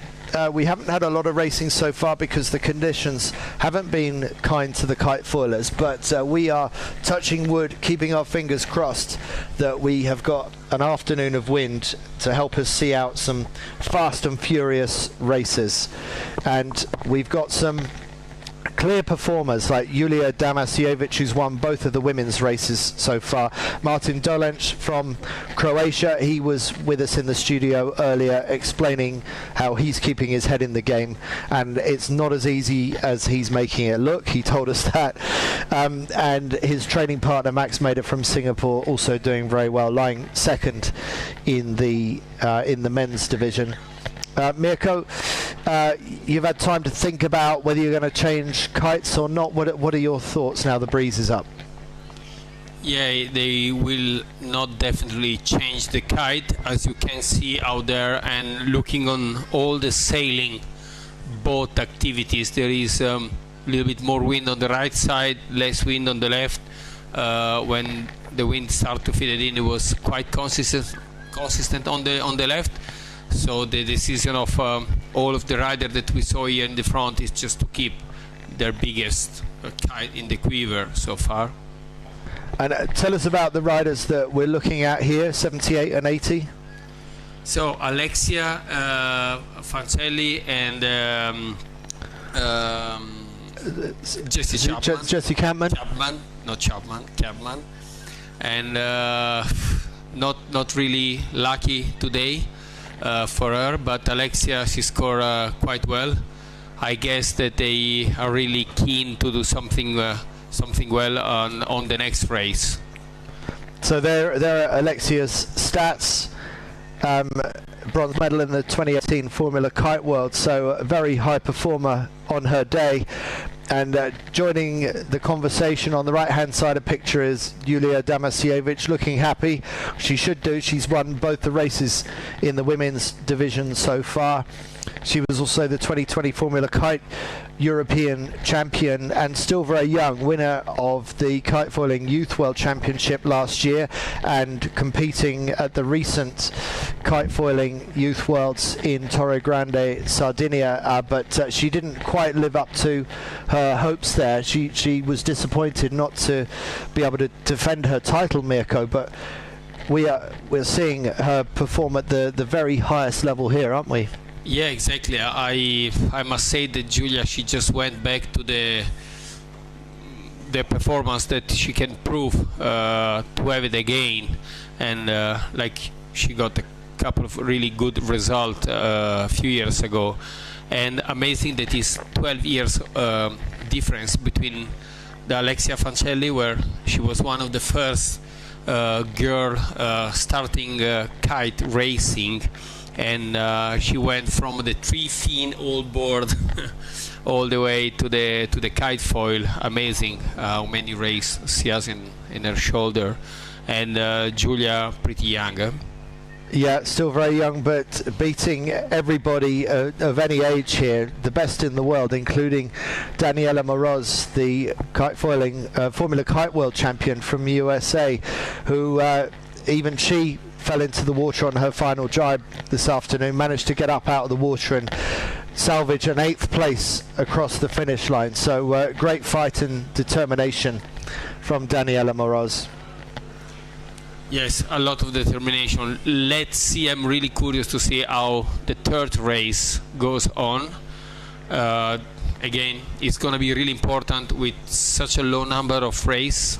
Everyone count and can change a lot on the final result. No more room for mistake. If you have already collected mistake and a bad result, another one, definitely you will sit on the bottom of the list. So it's really important. We got 3.5 minutes. This is the start of another race for Yellow Group. So let's remind ourselves who is in the Yellow Group for the men. We've got Yannis Maus from Germany, Conor Bainbridge from Great Britain, Marcus Edegran, USA, Dennis Teredin from Cyprus, Martin Dolenc, winner of both races so far, from Croatia, Axel Mazella, not seen the best of the Frenchman so far, but could he come good now? Monaco's Alexander Ellen, also one to watch. But Martin Dolenc, he seems to be on an absolute roll right now. The Croatian, we will be seeing if he can win 3 straight races and retain his overall lead in the competition so far on the men's side of KiteFoil World Series Transy. 2.5 minutes to go. Lorenzo, what are your thoughts about this race course?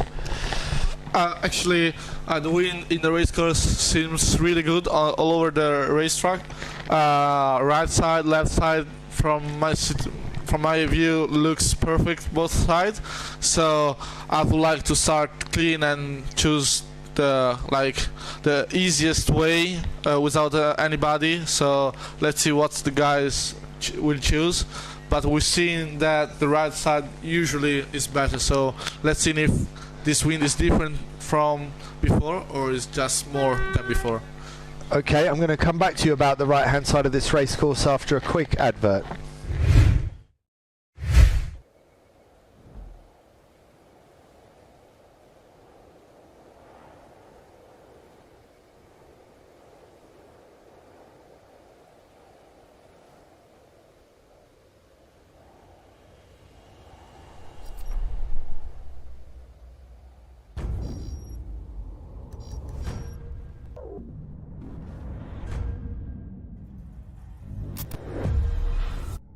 Meet the R1 V4, our highest performance Olympic and IKA registered racing machine.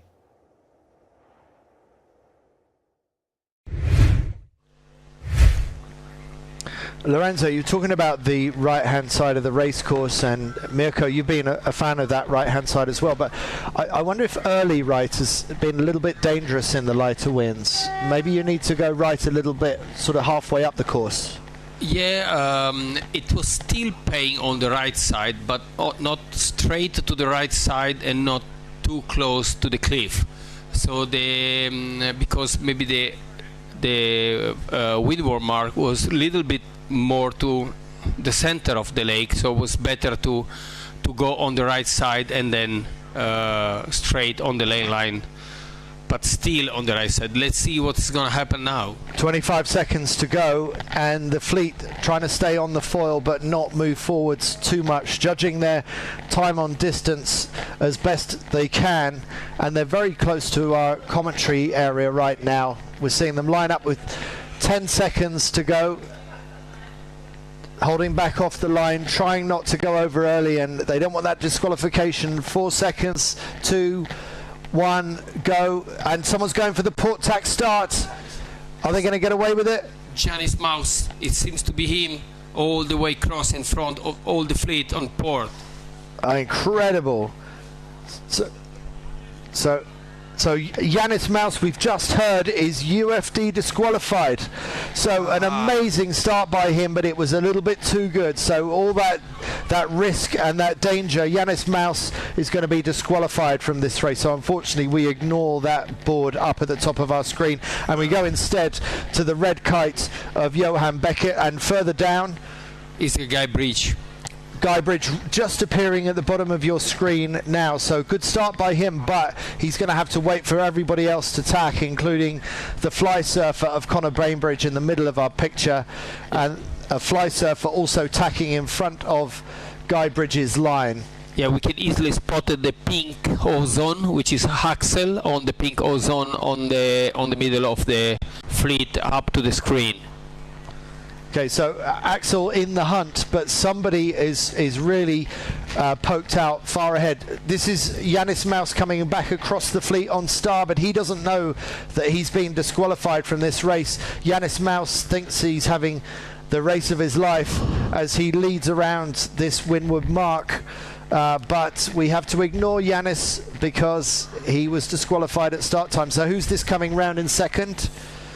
That's hard to know. See Conor Bainbridge and Axel Mazzella in third and fourth position. We can say Martin Dolenc in second position in the center of the screen, and yeah, we can see Janis Mouse in front of everybody, but we know that he is disqualified because he did an early start. And so yeah. Martin Dolenc is somewhere up the front again, having another good race then. Yes, exactly. And I don't recognize if it's Denis Taradin just right behind Martin.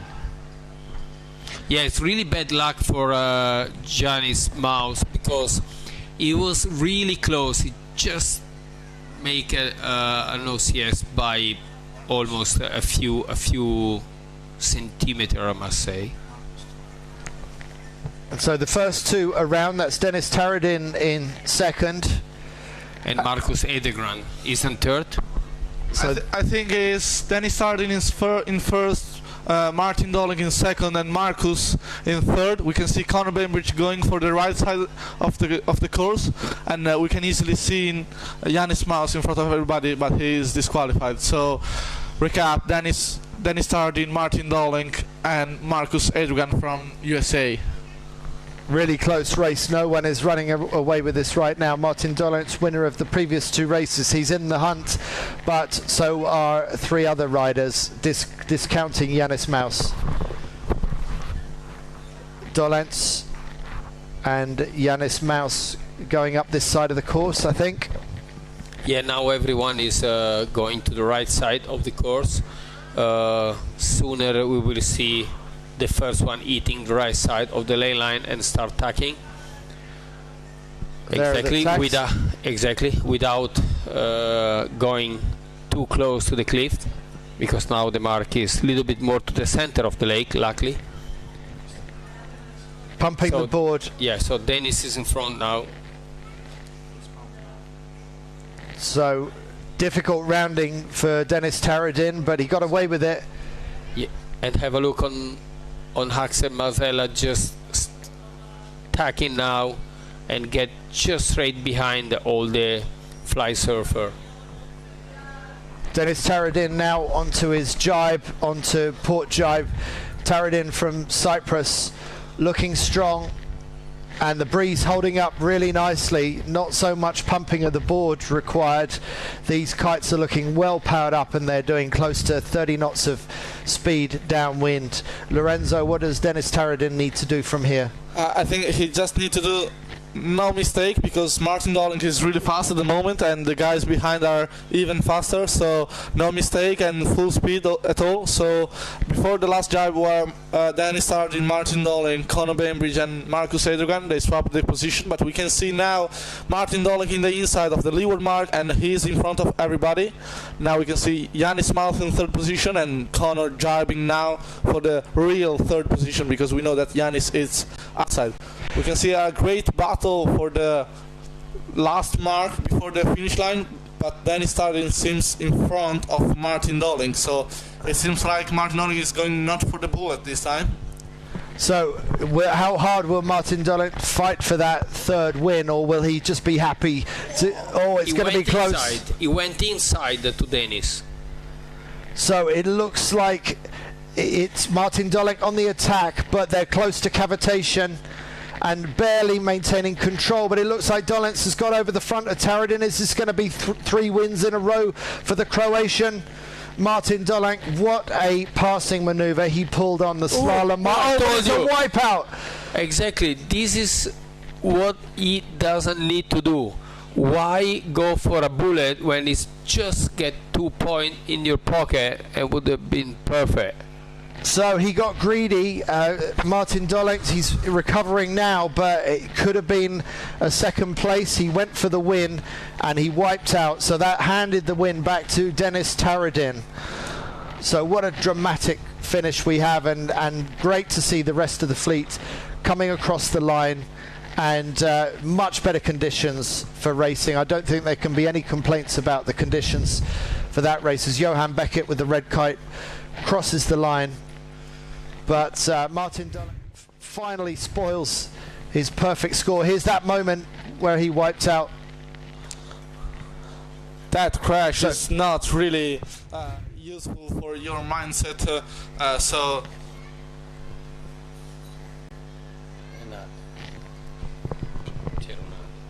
So we're just reviewing what happened at the end of that race, and Dolenc spoiling a perfect set of 3 race wins. 3 minutes to the next race. So we'll go to a quick ad break and then we'll bring you back in for the start sequence of the next race.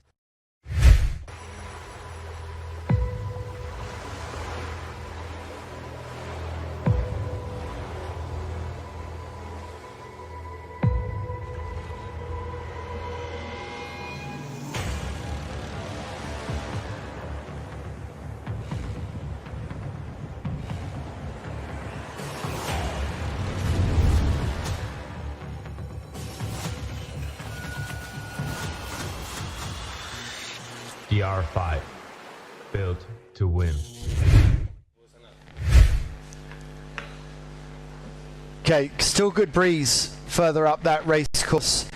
Things seem to be coming good, just keeping fingers crossed that it all holds together for the next few hours of competition.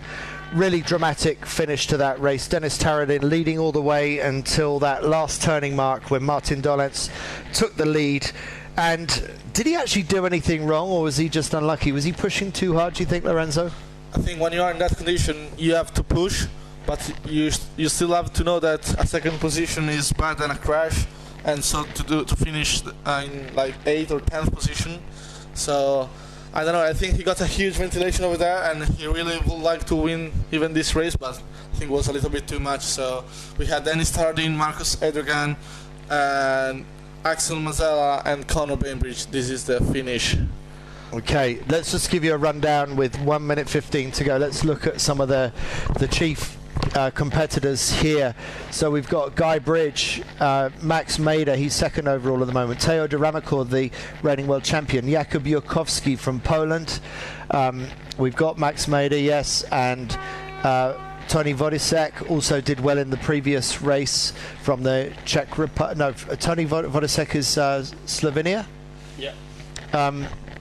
And Florian Gruber from Germany, he is also one to watch in these late conditions. We got 40 seconds to the start. And Lorenzo, what do you make of the approach to the start? Now it's harder than before, because if I'm not wrong, I saw a kite that is rescuing in the middle of the starting line, so you need to consider that, and I would like to start after this kite, otherwise I need to change my AP. So race is cancelled, like didn't start because of this guy. Yeah, we're just getting some interruptions from outside the booth. Sometimes we're asked to go and rescue people from the water, but we're going to stick with you and bring you this live stream. Yes, exactly. When we saw the kite on the middle of the starting line, is a good call to postpone and to clear the starting line. Okay, so that's unfortunate that we've had to postpone that race start. We've got such a tight schedule this afternoon. Of course, that rider didn't want to put their kite there. It's not anyone's fault as such. It's just unfortunate that it happens to be smack bang in the middle of the start. So that was a good call, but a reluctant call to have to postpone that race just then. We'll go to a quick ad and back to you shortly.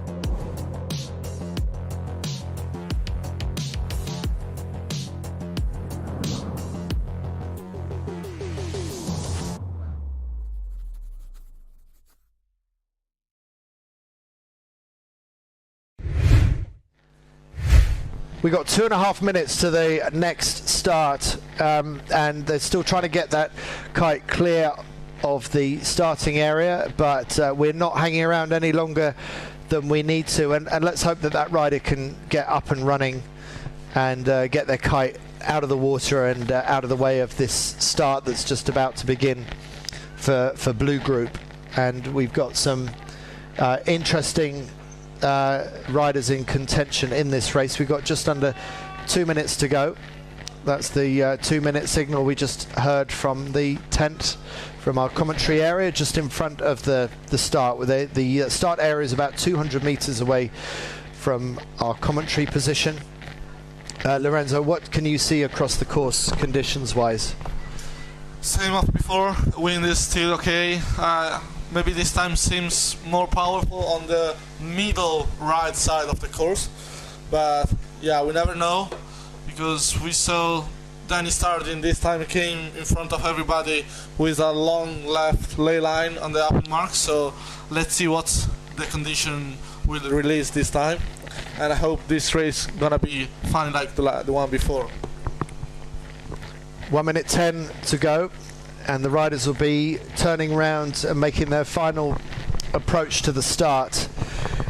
We saw Yannis Maus disqualified for that brave port tack start that the German rider attempted in the previous race. Didn't work out for him. Starboard seems to be the safer start, but getting clear air is a critical skill. We got 44 seconds to go. Talk us through it, Mirko. Yes, they are all regrouping on the right side. Try to start as close as possible to the race committee to have a clear view of the starting line, to avoid any possible over early, and tangle, and to stay over early. It seems that no one is from the port, so everyone trying on starboard. Yeah, it seems that everyone is on starboard now, and so 5 seconds to go. They need to go full speed. No, there is also someone showing from port. Okay, so one make it. This is gonna be messy. One make super close, and the other one just behind all the fleet. So one make it. Let's see if it was clear, and it was in time. A lot of port tack start attempts there, and actually I thought there were going to be some tangle ups, but it seems like the fleet has got away with it. We haven't heard. So someone who's a UFD, I'm just trying to find out. So the Israeli rider was UFD disqualified. So yeah, I saw many guys port, and I could recognize Tiger Tyson, Maximilian Maeder, and Vir Azulay, but we just heard that the Israeli guy Vir is UFD, so we can recognize the yellow kite. It's Kai Calder from USA, and this is the port start replay. Okay, so that's Zvir Azulay on the left of your picture, the most poked out of the port tack starters, but just like Yannis Maus in the previous race, just a little bit too good for the Israeli rider. But now we've got some strong attacks coming from the top of your screen. These are the boards on starboard, and we've got fly surfers on collision course at the moment. Who's going to come out ahead? Looks like the port tack starters that are now coming in from the cliffs at the top of your screen have done really well, as the other riders are trying to make it up on a really thin ley line, just about getting round. But look at the board round in 4th place. Kites collapsing briefly as they fly round, slingshot round the course. Now, as usual, I throw to my Italian friends the hospital pass to ask who is who. I saw Florian Gruber, the most leeward guy, and Theo Duram in just a little bit windward to him. And we can have also Guy Bridge in the middle between the two fly surfer, the guy with the white fly surfer. And for the moment I can't recognize the first fly surfer, but it can be Jakub Turkowski, or no, it's Maximilian Maeder. So let's see what's gonna happen. We see some gas from the right direction, so everybody is closer than before. Let's see at the leeward mark what's gonna happen. This could get messy. There's a lot of boards all fighting for the same place as they jibe in unison. What a beautiful picture. Who's going to keep it together? Tango with Maximilian and Theo Ramcourt, and we see Guy Bridge going through. So. No way. Oh, this is a total pile up. Oh no. What a mess. No. Who's managed to get out of that? Can we identify who is now leading and who is in second? Already tacked. Let's just do the quick replay on that. Big pile up between, we think, Theo de Ramacourt and Max Maeder. I think Florian Gruber is tangled with the guy and Kai Calder, and I think Guy Bridge and Dvir Azulay are in front, but Dvir is UFD, so it's not in the right positioning for the moment. Let's see at the windward mark what's going to happen. Very, very messy rounding. can see some cannon in the middle of the racetrack, and some guy need to avoid him. Look at that. Oh, no way. What did you see, Mirko? Just talk us through it. Yeah, the canoeists. I see the canoe just on the middle, and a few riders, they have just to avoid them. And there is some traffic on the race course. That is all part of racing on a Sunday afternoon on Trounsey. We're not the only people that enjoy racing on this lake, but we would appreciate it if the canoeists stayed off the racetrack for their own safety as well as everybody else's. Yes, exactly. We were talking about tourism. It seems that a lot of people want to enjoy the Sunday sunny day here on Trounsey. Who's enjoying this though? Lorenzo, who have we got in first and second right now? It's strange, but it seems Maximilian Maeder is in front, and yeah, this board is Maximilian Maeder just driving now, and right behind we can have Guy Bridge.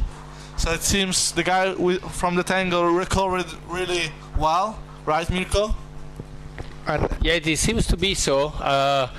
But I can tell you, this is the last downwind leg, and then over the slalom mark we can easily recognize who is who.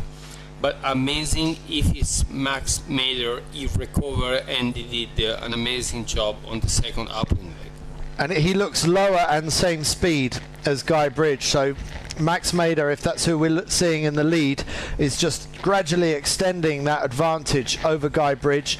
Really good approach to the leeward mark. Guy Bridge pumping his way with his legs down past that leeward mark and sliding round in third place. We'll identify them in a moment, but we think it's Max Maeder who's leading this race at the moment ahead of Great Britain's Guy Bridge. The same two that were battling for race one yesterday afternoon. Just about to go into the slalom jibe. Will Max Maeder be able to keep it together across the finish line? What do you think, Lorenzo?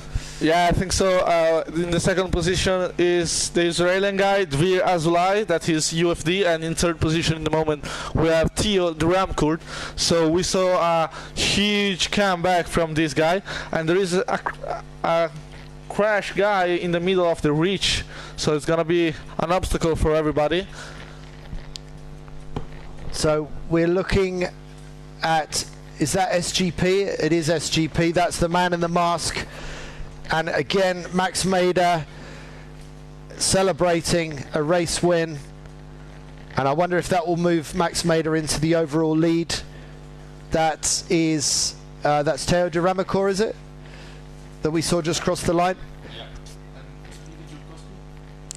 Jakub Jurkowski, we think, also up there in the race. Okay, and we thought that Guy Bridge was somewhere up there, and Dvir Azulai, he was up there as well, but he was disqualified being over the line a little bit too early. So that port tack start, it looks very glamorous. Let's just go back to the highlights of that race, particularly that leeward mark rounding, which was, well, it was a big pile up.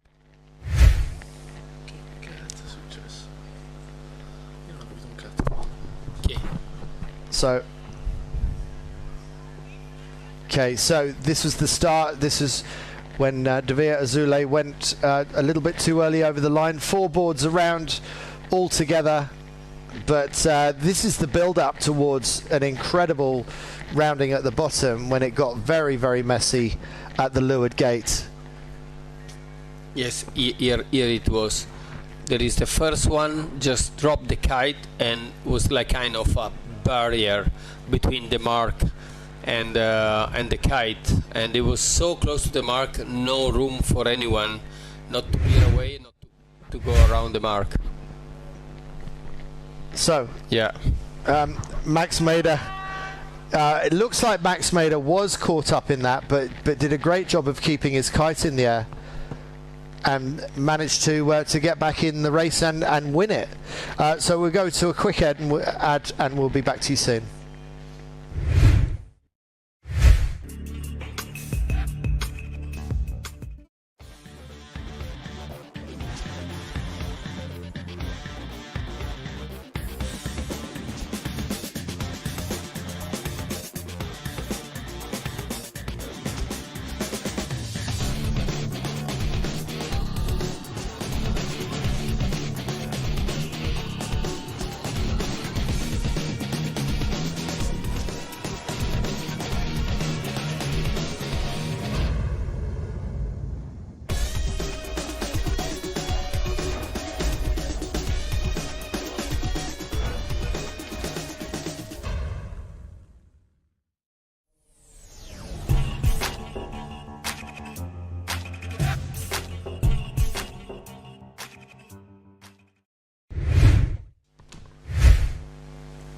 40 seconds to the start of the next race coming up very soon, which is the second race of the afternoon, but actually race 3 of this competition for the women's fleet.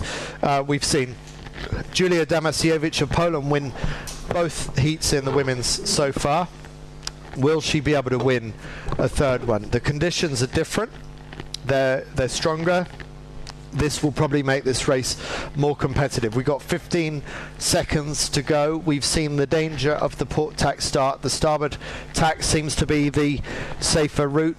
We've got 7, 6, 5, 4, 3, 2, 1. Very busy at the committee boat end of the line. No one else interested. Oh, but there is a port tack starter.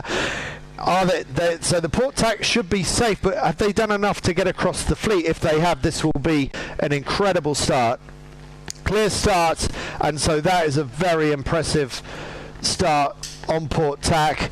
And just having to avoid that rib that was in the way of the port tack starter, but now fully back up to speed again. Yeah, really unlucky for this port start girl, that is Leonie Maeder from Germany. She needs to avoid the boat that was rescuing another competitor. Okay, but going out to the right hand side, Mirko, what do you reckon? Is this going to work out for Leonie Maeder? Yeah, I guess so, because the right side paid off. We saw before, if they're gonna attack on the right spot with the pressure, it would have been good enough to reach the windward mark as a first.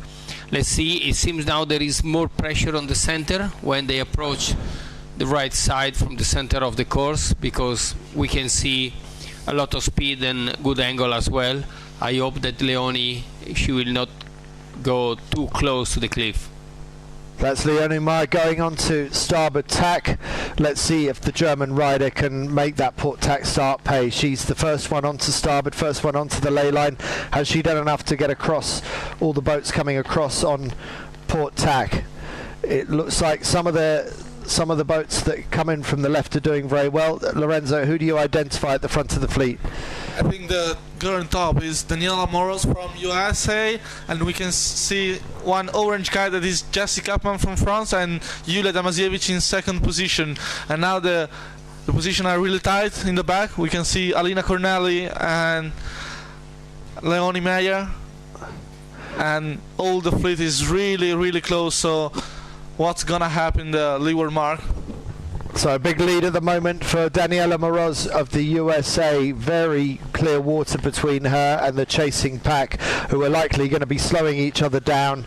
They could be heading for similar leeward mark kind of congestion, whereas Daniela Moroz has a clear run at this leeward mark, and she is only 15 seconds away from rounding and getting onto the upwind leg. So great sailing by the USA sailor going into a jibe.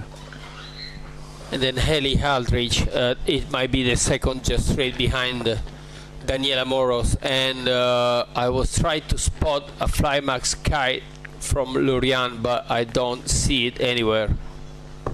That's a good point. Maybe she made a switch of kite for different conditions. Potentially there's a crash on the left of our picture.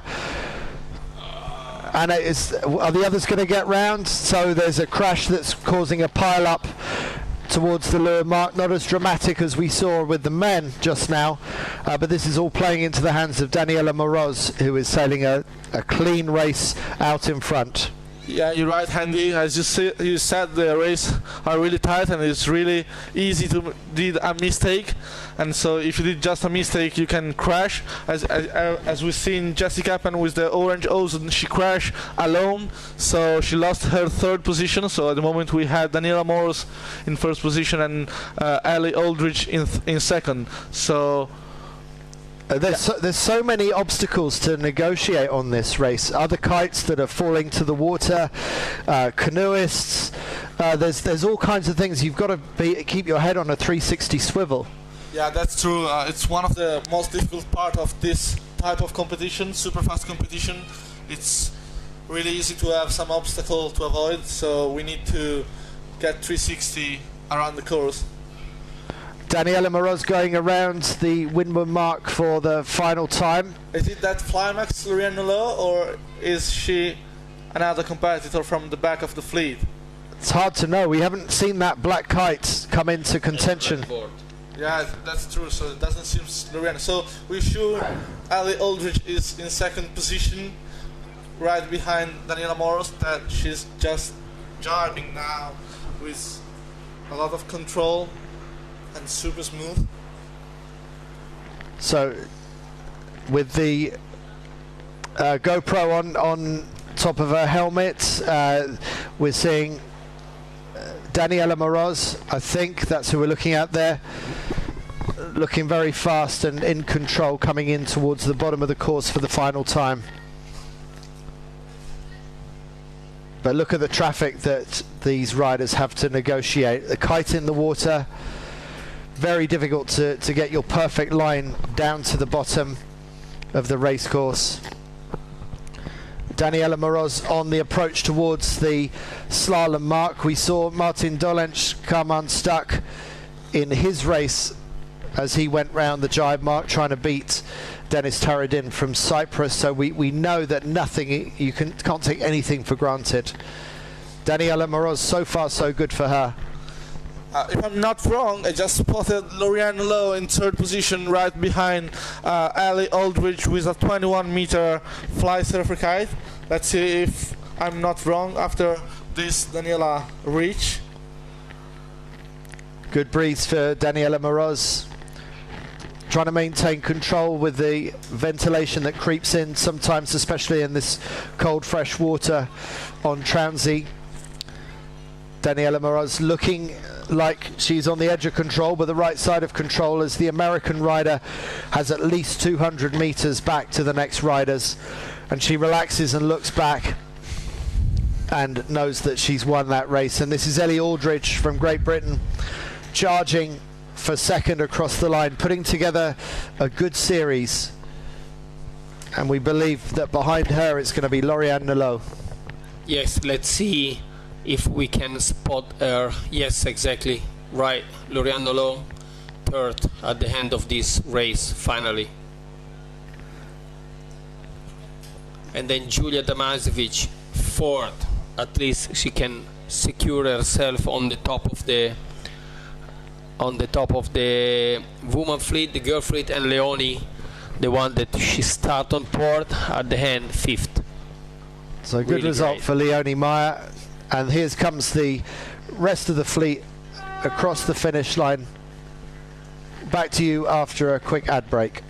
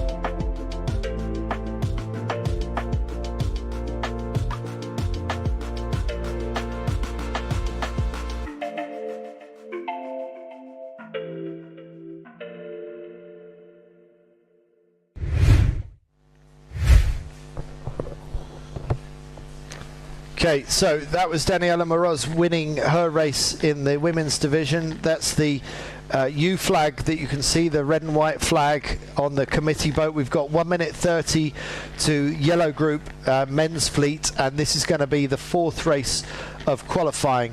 Now, Mirko, 4 races. What does that mean for this race? This is the end of qualifying, right?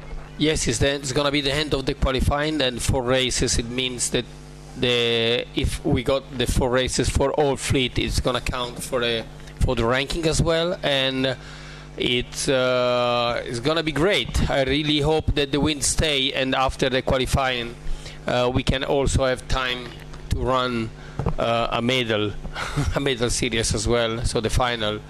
Let's see, we keep our finger crossed. Less than a minute to go, and for the yellow fleet race number 4. So let's remind ourselves of some of the front runners. We've got Yannis Maus of Germany, Conor Bainbridge, Great Britain, Marcus Edegran, USA, Dennis Taradin, winner earlier from Cyprus, Martin Dolenc, winner of 2 races so far, and Axel Marzella from France. We haven't seen the best of Marzella yet, but Dennis Taradin, winner of the previous race, Martin Dolenc from Croatia, leading this group with 2 race wins. 20 seconds to go. And we've got stronger wind. Will we see a change of leader? Will we see Axel Marzella perform more strongly in this race now that the breeze is up? 9 seconds. 7, 6, 5, 4, 3, 2, 1. We got a port tack start. We got 2 port tackers that we can see and screen. Will they make it across? Very close. Oh. Whoa! There's going to be a protest. No, it's not working out well. They've had to tack off, and whoa, that has not worked out at all well. High risk, super high risk, I must say. And looks like that board is going to take a penalty turn. Whoever that was. It was Marcus Edegran. It was Marcus Edegran just doing a penalty turn because he just figured out to avoid any possible possibility to be disqualified, and he recognized his mistake. He tried. It was close, but not enough. So we got boards tacking onto port now, just ducking behind, but now the other boards tacking right in the face of that one. So Lorenzo, who have you seen? So I've seen in the right side below Yannis Maus with the white and blue board and fly surfer, and there is Axel Marzella on the center left of the screen with the pink kite, and Conor Bainbridge with the grey and red board, grey kite F1. So many guys are coming from starboard. Let's see if they can take the priority. We can see Martin Dolenc with the orange helmet, and it's going to be a tangle up. Yeah, Conor got a close tipped, and we have Guy Bridge pumping. Oh no, tangle at the upwind mark. The margins are so close that they nearly got away with that, but when it goes wrong, it goes badly wrong. Who do you reckon has come out in front out of this now? There is Yannis Maus in 2nd position, Axel Marzella in 3rd with the ozone, and let's see if it's Martin Dolenc in 1st or not. This is a replay of that tangle up at the windward mark. Yeah, I think it was Martin Dolenc that had close tip with Conor. And now this is the leader coming back down towards the leeward mark. Yeah, the leader is Martin Dolenc at the moment, and I can spot Yannis Maus right behind, and Martin is rounding the mark. Axel Marzella right behind Yannis Maus. So top 3 are Martin Dolenc from Croatia, Yannis Maus, or am I wrong? Well, let's go with it. It's red helmet. Red helmet could be Dennis Taradin, that is in this race, and he's really good in light wind condition. And Axel Marzella in 3rd position with the purple ozone kite. Martin Dolenc, winner of 2 races already, safely on to port tack. Dennis Taradin, if that's who we have in 2nd, also just about to go into attack. But we're looking at Martin Dolenc leading this race right now. Yeah, this is definitely Martin. Our guess is just on the other rider with the red helmets, which it might be Dennis Taradin. Let's see later. But no matter what, for sure on the pink purple ozone is it Axel Marzella for the first time, really almost close to the leader. Also good speed, I must say, good speed on port, and trying to hit the right side of the course and get enough pressure. Now starting the tack and all the way up to the windward mark. That's Martin Dolenc round in 1st place at the top of the mark, top of the course last time round, followed by Dennis Taradin, and then Axel Marzella with the purple ozone kite just around now.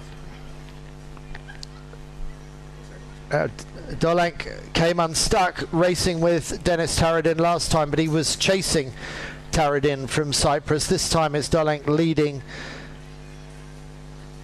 Yeah, you really need not to make a mistake this time. It doesn't really need to have a lot of pressure to gain one position.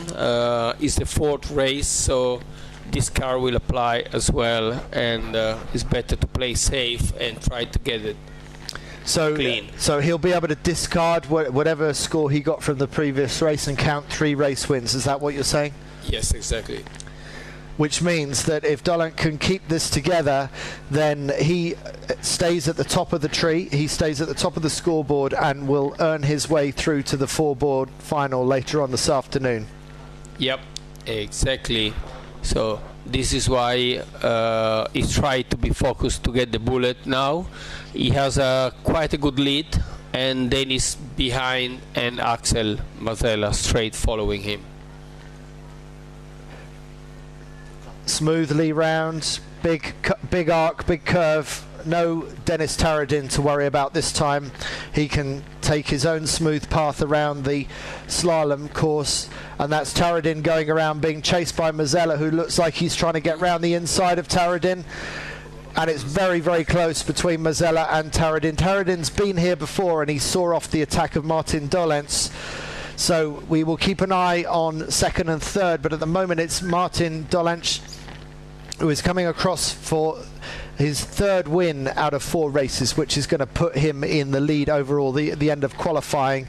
And now is the battle between Taradin, who we're looking at now, and Maeder, and it's so close, but it looks like Taradin has done just enough to stay ahead of Maeder. So it's Taradin and Cyprus in 2nd, Maeder in 3rd, and it's a long way back to 4th, 5th and 6th. Yeah, which is Janis and Santos, and on the fly Max is the Danish. We're looking at Janis Maus from Germany coming in for 4th place.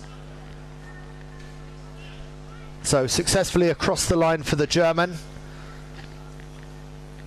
And then that looks, it's Johan Beckett from the Netherlands also in that front group. From Denmark, sorry, not the Netherlands. So Johan Beckett from Denmark. Back to you after a short ad. Increasingly shifted its focus to becoming the leading specialist supplier for flying lines. Top riders like the 4-time Formula Kite World Champion Daniela Moroz, Martin Dolenc, Theo de Ramcourt and Guy Bridge are among the many athletes who trust Robline's Garda series. Some of the greatest riders use Garda 389 as front lines and Garda 299 as back lines.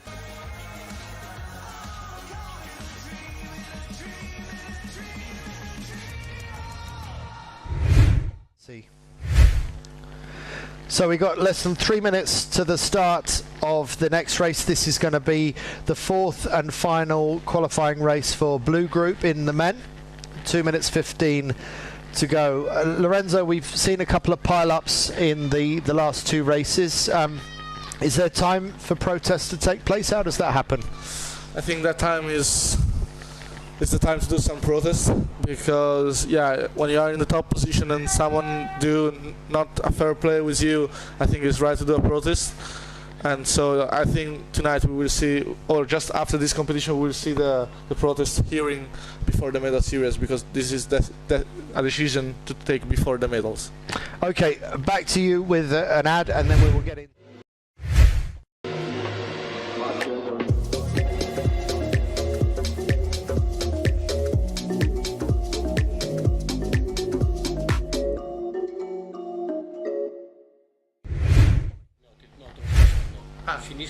One minute 20 to the start. This is going to be Blue Group final. Now, I don't know if you're familiar with the usual finals format for the medal series, but because we're running out of time this afternoon, we are going to go straight to the 4-board final. So that means if you don't make it in to the top 4 of the men or the women, whichever fleet you're in, then you're basically, your competition is done. So normally you'd have the top 10 competing in the medal series, but because we've run out of time, it's going to be only the top 4. So 44 seconds to go. Blue group, it's absolutely critical for some of these. Guy Bridge, for example, winner of the first race of blue group, is in 5th place overall. So Guy Bridge from Great Britain, he's right on the cusp of being able to get through. We've got other riders like Teo de Ramacourt. He's got to have to win this race probably to get into the top 4. Max Maeder, he's doing well. Tony Vodisek also in the running. We got 15 seconds to go. Look, everybody lining up for the starboard end, but we are normally surprised by 1 or 2 port tack starters. 5 seconds to go. 4, 3, 2, 1. Here come the port tack starters going underneath the fleet. And we'll wait and tell you if that was a clear start or not. Who can we see has come out well out of the start? We're just trying to work out who's who at the moment. We got... Yeah, we can recognize the yellow kite is Kai Calder from USA with a F1 kite. And in this race, half of the fleet take the decision for early tack. So maybe they see something different from before. Then, as you say, some earlier than normal tack, so maybe they're seeing more breeze on the right hand side. We're not entirely sure why it would be different this time round. And this is critical race, a final qualifying race for blue group to decide who gets through to the 4-board final, because we are reducing this competition down to the battle for the top 4 in the men and the top 4 in the women. That's what's coming up very soon this afternoon. So now we can see all the fleet going toward to the cliff, and it seems to be a little bit more pressure on the right side, and we will start to see almost of them just go on the tacking and go to the right side. So it's a close battle at the front to get round in first place. On the first place, it can be Guy Bridge and Tony. We can recognize Tony, which just went all the way slingshot and downwind with the orange board. So Tony Vodisek, Guy, and Max Maeder.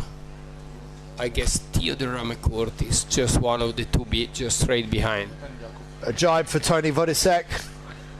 Safely through on the red board, pumping the board out of the jibe. Max Maeder on the attack.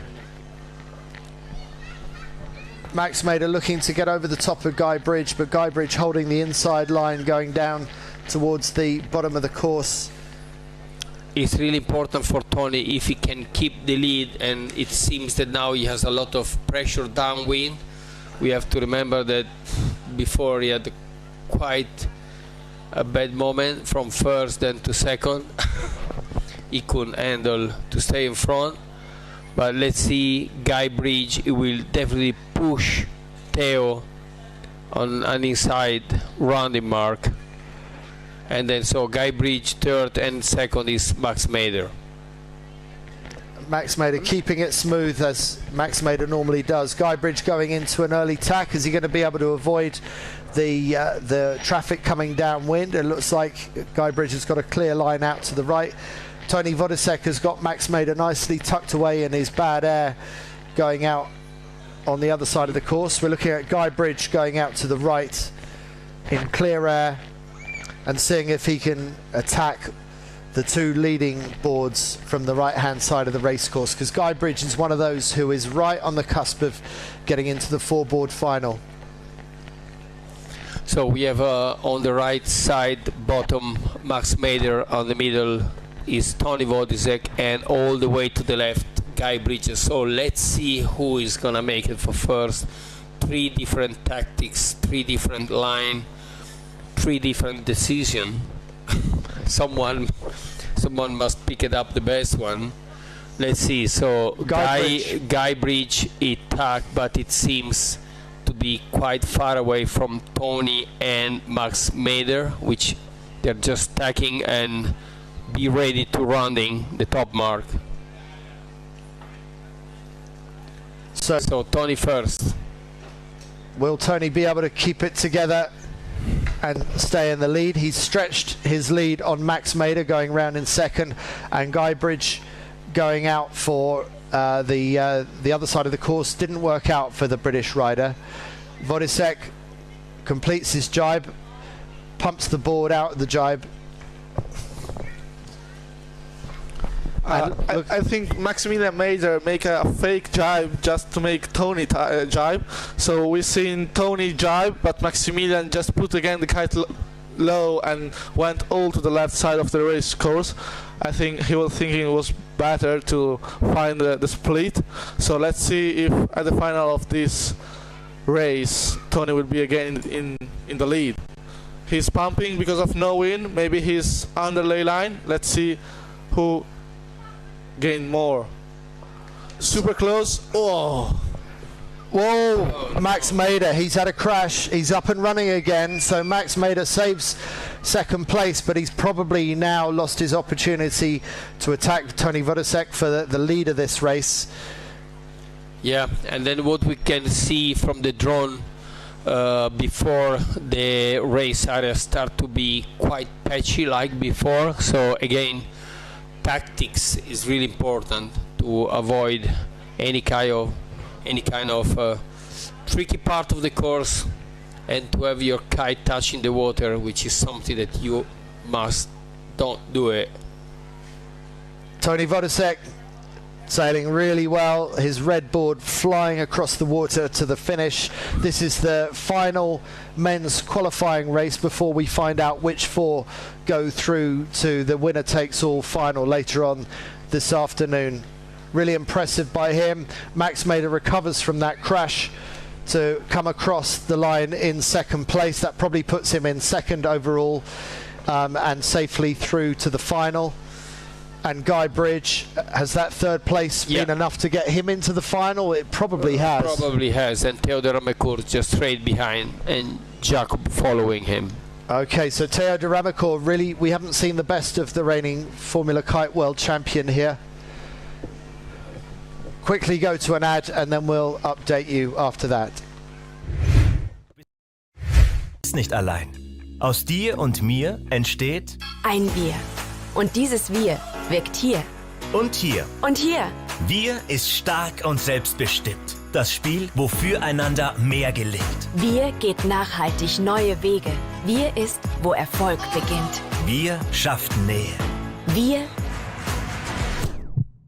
gewinnt. Drum setzt euch ruhig die ganz großen Ziele. Denn was einer nicht schafft, Das schaffen viele. Wir macht's möglich. Raiffeisen.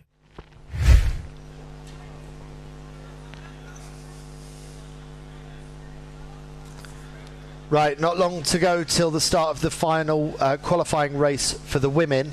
While we wait to get into that sequence, let's just take a look at that pile up again and see what happened there, see what we can pick apart. So it was at the Leaderboard rounding. Oh, that was the moment where Max Maeder was attacking and didn't quite work out for him, and Tony Wodisek went on to win that race. So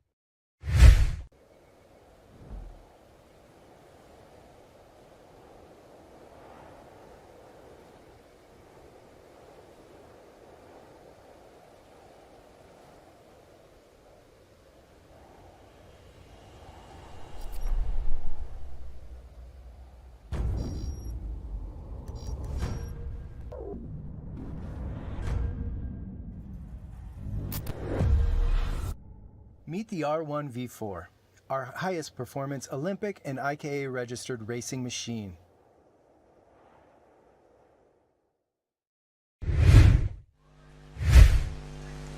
One minute 20 to the start of the final qualifying race for the women. We've seen Julia Damasiewicz winning the first two heats. She was fourth in her last race. That puts her in the lead overall, with Ellie Aldridge from Great Britain 3 points back with a very consistent series, and then Daniela Moroz winning her last race, lifting her to third overall, with Austria's Alina Corneli in fourth place, and France's Jessie Campman and Leonie Meyer of Germany just outside the top 4. 48 seconds to go, and the reason why I mentioned the top 4 is because we are seeing the final qualifying race before we go straight to the 4-board final this afternoon.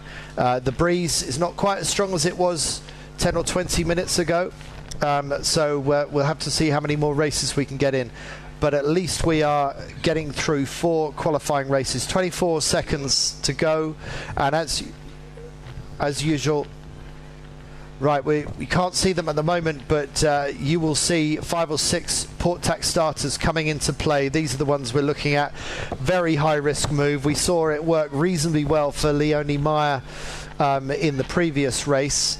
But is anyone going to try and get across the front of them? That's the high-risk move, which, if it works, is amazing.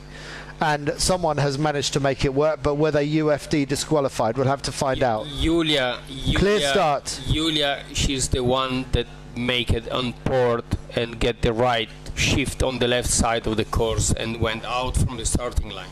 Amazing. Well, amazing execution by Julia Damasiewicz. I guess she's got a discard in hand. That's one way of looking at it, and so she had nothing to lose. And Julia Damasiewicz at the top of your picture on the left has pulled off an absolute peach of a start.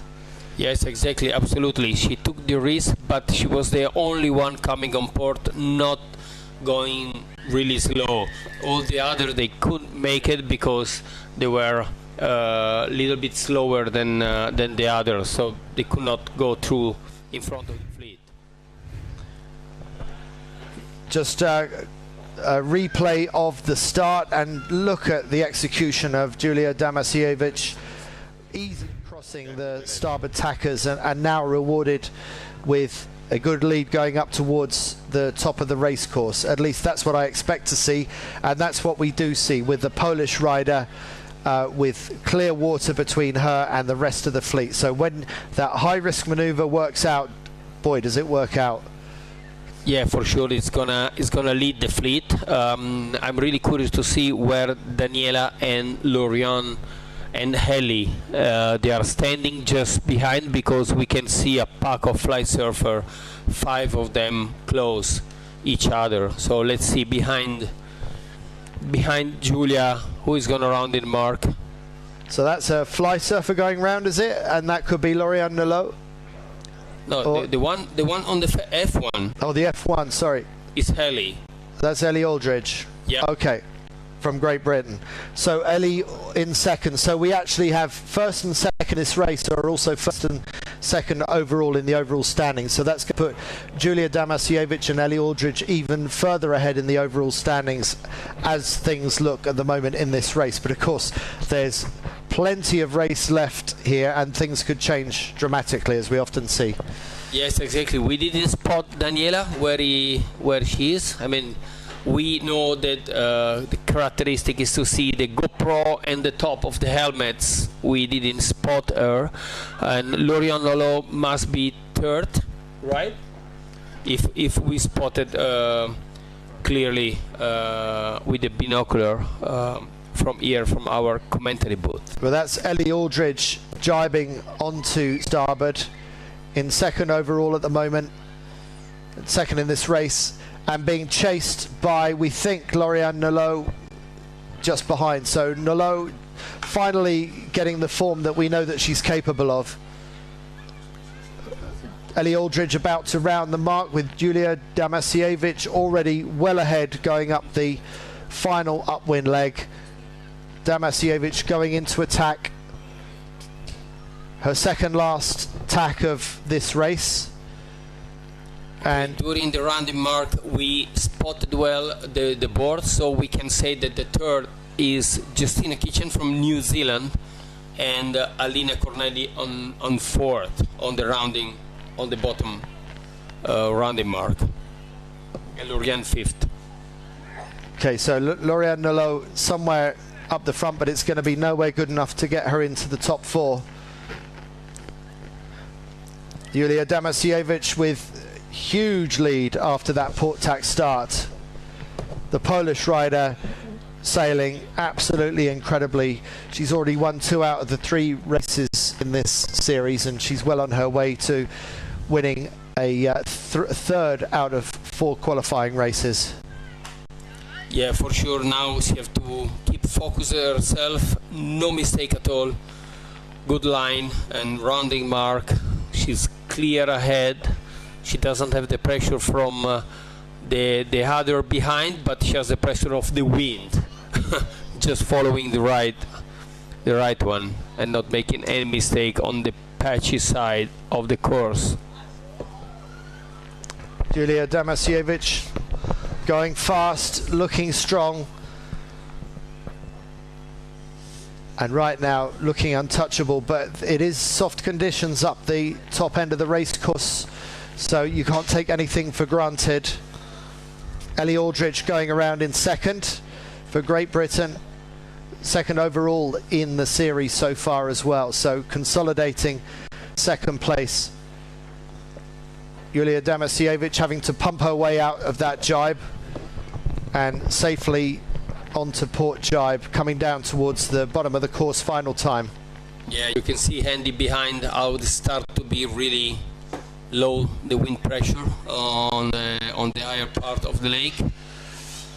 I guess that we will get all the girl fleet on the finish line in time, hopefully, and keep the finger crossed to get enough wind for the final. It would be amazing.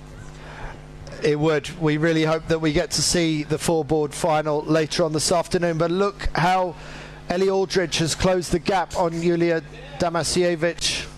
Unless that's a back marker. I mistook that. Yeah. So Damasiewicz has a clear lead ahead of Ellie Aldridge in second. I think this is Ellie Aldridge we're seeing come down in second place right now. Yeah. Yes, it's Ellie. Okay, and about to go round the jibe mark. Last jibe. Oh, it's a slow one. It's looking a little bit sketchy, but has Julia Damasiewicz done enough? Yes, she's getting back up to full speed again, and she just needs to hold it together for the next 20 seconds or so, and she will be safely across the line. In fact, her scores have been so good, her discard is going to be a 4th place anyway, so there's not that much at stake. She's just head and shoulders above the rest of the women's fleet in Transi this week. Yeah, so we are looking into Julia finish line crossing. Let's see what she's gonna do. Again, she's pushing. She knows that the third bullet is gonna be really important. Ellie is second, and we spotted Leonie Maeder on third, Justina Kitchen from New Zealand on fourth, and the last jibing slalom Loriano Lot on fifth. Great consistent performance by Ellie Aldridge, second across the line, consolidating second overall in the series. So great sailing by Great Britain. And across the line in third place, Leonie Maeder of Germany, also punching the air, very pleased with that performance. And look at the finish now. There's heavy traffic coming in for the minor placings in this race. I can't believe it. Where they came from? Oh. It's like they put this together especially for us, for our entertainment. Who was that fourth across the line? It was Daniela. Daniela, she was on the front. And just ahead of a chasing pack, incredibly close there. And Sofia Tomasoni from Italy, we think was fifth across the line there. No. It was Lorian fifth. Yeah, I think in the last mark, after the first reach, something happened to Lorian and Justina Kitchen, because the girl behind them were so far. So if they crash or did a bad check, the girls behind came closer, and they did a super close reach on the finish line. Thank you very much for that. We'll go to a quick ad and we will be back to an update.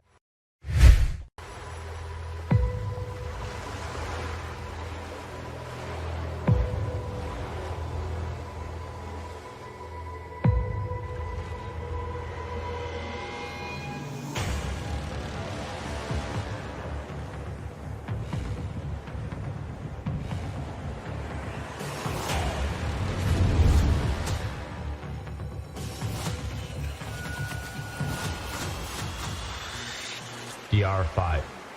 Built to win. Here we go. Okay, so we've completed qualifying. Let's see if we can get the men's results up on the screen and just update you with what's happened after 4 races for the men's qualifying. We also understand that there is going to be a period for protest now, which is hardly surprising considering some of the pile-ups we've seen at the Leeward Mark and sometimes at the Windward Mark. It's been a busy old racetrack, and there are going to be some aggrieved parties that want to have their say to the jury. And we're just seeing if we can get the results up for the men. Okay, well, we're going to run through the results anyway. And so Martin Dolenc, winner of 3 races. That puts him on a perfect 3 points for the Croatian. Maximilian Maeder, his training partner from Singapore, second on 4 points. Dennis Taradin on 5 points. And Marcus Edegran from USA on 7 points. Guy Bridge on 8. So we actually have Marcus and Guy right in front of us, in front of our commentary position, and we have to wait and see how things stand. But as it is at the moment, it will be Dolenc, Maeder, Taradin and Edegran that go through to the 4-board final, and we think that Bridge and Jakowski of Poland are just missing out. So we'll bring you.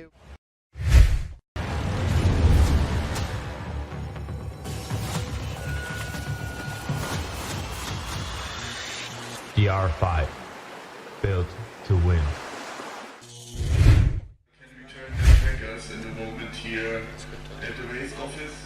Okay, so that's how things stand at the moment. It's the top 4 that go through to the 4-board final. But we need to wait for protests to be resolved and to see if there is any change in the order. Mirko, a bit of a surprise to see names like Conor Bainbridge in 10th, Teo de Ramacourt in 9th, Axel Mazzella in 7th. It's not been a good competition for the French in particular, really, has it? No, because you can imagine if we're going to run a medal, there is no French on the top 4.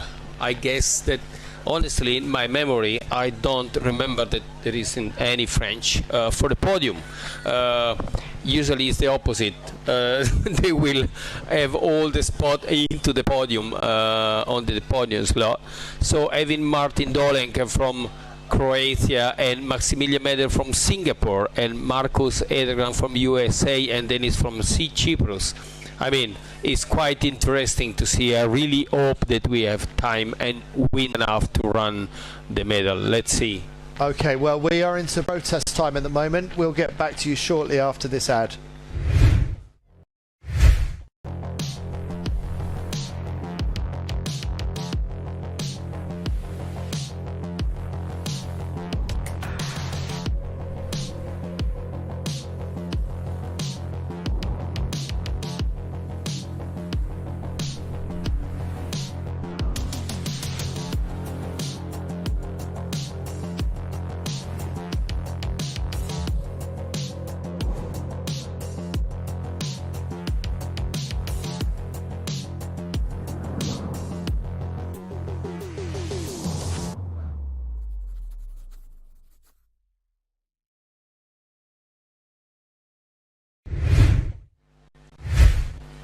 So protests running at the moment. Have been lots of incidents this afternoon. Let's have a look at the women's results overall. We don't have it yet. Okay, we're waiting to hear what the women's results are, but one thing I think we can be sure of is that Julia Damasiewicz of Poland is leading this regatta with 3 wins out of 4 races, and even her worst race, which she discards, was a 4th place. So Damasiewicz, we saw her struggle at youth level 3 or 4 weeks ago in Torre Grande, Italy, but something has gone really right for the Polish rider here, Mirko. What do you think Julia has done so well? I mean, I get that Julia, she got the confidence back on her, and after the first win, young athletes, and we know Julia mindset. When she start winning, then she continued to be focused. In Torre Grande, she start not on the right way, and she was really nervous, and then back and back, mistake over mistake. But here she got the first bullet and then full of confidence, and we saw her always on the top of the fleet and not doing a lot of mistakes. So really great job for Julia. Lorenzo, Julia really has had a good mindset. She accepted the conditions that were presented, which, as you can see on Trounsey on that shot there, are challenging at times. You've got to stay positive, even if you don't like the idea of going racing in light winds. You've got to stay positive, don't you? Yeah, I think the mind is 50% of your competition. Like, if you are not focused on the competition, or if you would like to go in the water, you still need to stay focused. Otherwise, we can say your skills are less, or your decisions are poor. So yeah, I think you need to stay focused all the time, even if you don't like it, because that is work. So we're waiting to hear what the outcome is of protest hearings, if any of those protests are actually going to change the outcome at the moment. There's been a lot of discussion about whether the racing is valid in such light wind conditions, but the thing that stands out to me is, in the men and the women, we have two riders that have won 3 out of their 4 races. Martin Dolenc, 3 out of 4. Julia Damasiewicz, 3 out of 4. That makes it hard to argue that these races were invalid. Yeah, that's true. You're completely right, and that means that they are really nice riders on light wind condition, and they are really focused on what they want. Because we saw also Maximilian Maeder with 2 bullets, if I'm not wrong, but yeah, someone just had the opportunity to catch up on him. So I think this guy were really focused and really know where to go. Am I wrong, Mirko? What do you have to say? Oh, absolutely not. They know level goes up, and when you start to see the top 10 make it and the other not, it's not definitely for the fault of the one that they make it. So it's the other one that they have to catch up on and raise their level and run on this tricky condition. Because I must say, it was not about really low wind. It was patchy, so we had the course with some part of the course where the wind is tricky and maybe below 5 knots, but other part were above 6 knots, absolutely, because the good one, they were always catching the right part of the course and do all the maneuver when they got maximum speed, and not like we had yesterday in some interview. On this tricky condition, you don't have to tack where you have to tack when you can tack. That is one of the most important things to do in this kind of condition.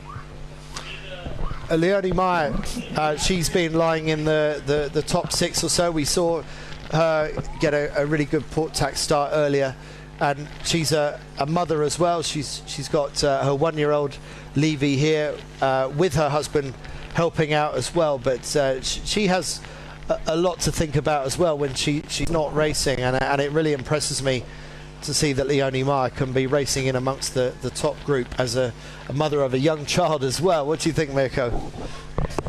Yeah, I can tell you it's impressive. I watch her often because she's doing so many things at the same time, and you can imagine she has also to think about how to prepare the bar, preparing the line, choosing the right kite, is mounting the foil on their board, and then following and running on and doing all the other family stuff. And her husband is also amazing, because I think they got the perfect things to do it all together.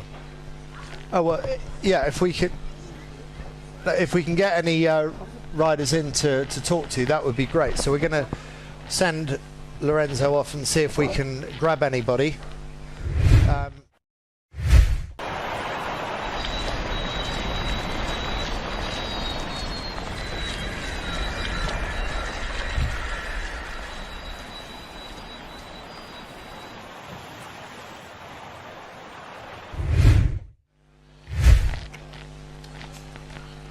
And here we are. Okay. And we are back. And we're hoping to get one of the riders in to talk to very shortly. It's amazing anyway, the stop that we have. Oh, I thought someone we was have about to come in. I guess that we have Leoni all ready to joining us on the studio.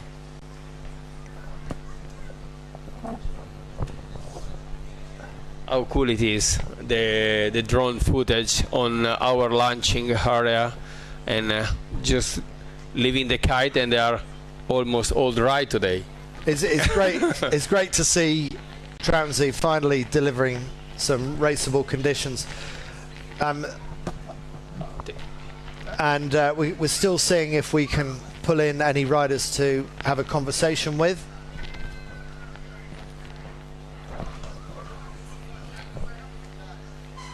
And we are ready. Look, hey, say goodbye to the drone.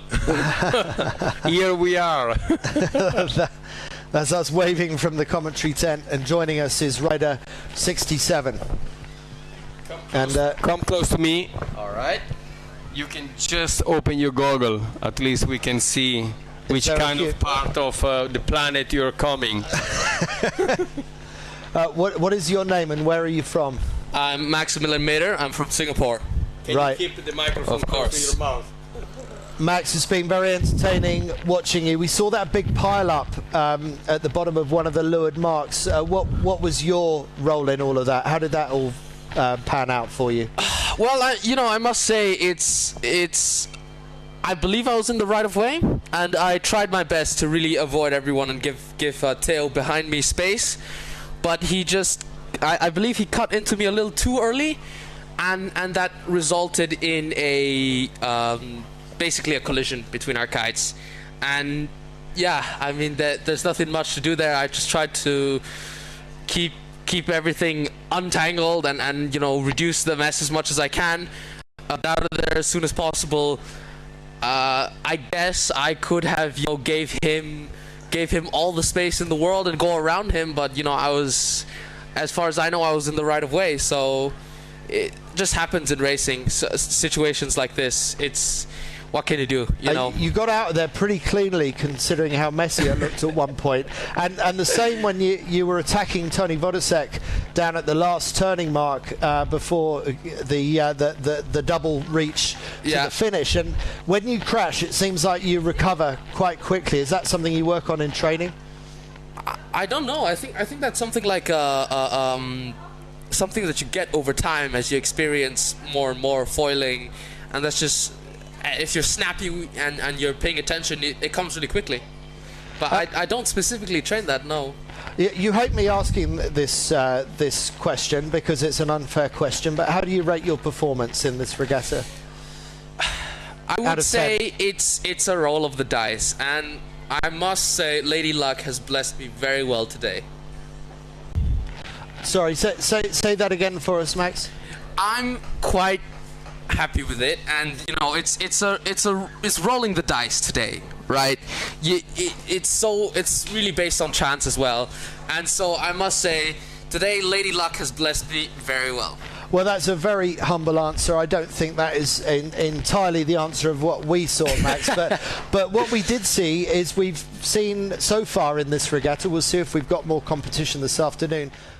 Dolenc, your training partner from Croatia, has outsailed everybody. Yeah. What do you think he's done particularly well? Starts. He and not only that, he's done everything well. He just outclassed everyone. He just outclassed them. I must say, hats off to him, and I am so phenomenally happy for him. This is great. I love it. I'm so happy for him. He's just outclassed everyone cleanly. And even when it's gone not perfectly his way, he's recovered, he's bounced back, and he's got the win. And I mean, come on. It's just great. Well, it was nearly 4 straight wins, and it looked like he had pulled this amazing passing move on Dennis Taradin. And then it was neck and neck going into the finish, and a bit of ventilation, and Martin had a crash that knocked him down to, I think, 7th or 8th in that race, but very nearly a perfect 4. Yeah. So you've won 2 of your races, is that correct? Yes, I have won 2 of my races. And you fought well out of the pack. That's also good. That's good practice anytime, being able to fight your way through, isn't it? 100%. Yeah. So we don't yet know if there's going to be... Oh, actually, I'm just seeing the results. And Martin still recovered 4th after that crash. Of course, yeah. So very good. And you've got a 2-1-1-2. So you're only a point behind Martin in the overall points, and you're discarding a 2nd. So nearly a perfect set of scores for you as well, Max. Yeah, well, you know, I must say I'm genuinely surprised, especially with the conditions today, that it happened, you know, that I got such good results, because really, you know, today you're expecting something like 3, 1, 18, 4. You know, it's just a complete random mess, and to have made it out so well, I can't believe it. What does it give you and your training partner Martin to learn from and to concentrate on in your next phase of training? There's a lot to take away. I mean, we have to save this for the debriefing and talking later. I don't see anything that we have to particularly hammer down on. You know, one stark difference between us and everyone. I believe it's a continue our great general approach and see what we can learn in the debriefing. Yeah, and the next one on the KiteFoil World Series, I know you've got competition between now and then, but focusing on the KiteFoil World Series, Ghizeria in the south of Italy. Tell us a little bit about that. Ghizeria is a phenomenally consistent place. It gets you wins pretty much all the time. You know, it's a rare occasion that you won't go racing there. And there's big fleets. There's a lot of space. It's gotten cleaner, as far as I know, but it is a grueling hot temperature on the beach, along with I would say a rather stagnating strategy. Just go for port, hope for the best. If you make it, you win, and if you don't, you gotta fight really hard. So the start is even more important in Ghizeria. Start is always important, and I would say the start is just as important here as it is in Ghizeria, and it's very important right now. Yeah. Okay. And we've seen people attempting the port tack start here today. It's such a high-risk move. When it works, doesn't it? But when it doesn't, it's disaster for that rider and possibly for many others. Yeah, I mean, it's just, I don't know. Over time, I don't know how well this pays off, especially here. In other situations with longer start lines and clearer cut situations, somewhere like Ghizeria, maybe over time a port start makes sense, but here you're just really rolling dice, and unless you're desperate and really need a win or really need a really good result at the very end, or something just pull you through at one point, that's when you go for it, maybe. You know, right. I don't know, but it's you just see these people and you're like, okay, is it gonna explode or isn't it? And sometimes you can go port here and it doesn't work out. And even though you go ahead of all the fleet, you lose somewhere out in the right side of the course, and what you tack around and then you see all the fleet tacking in front of you, you know.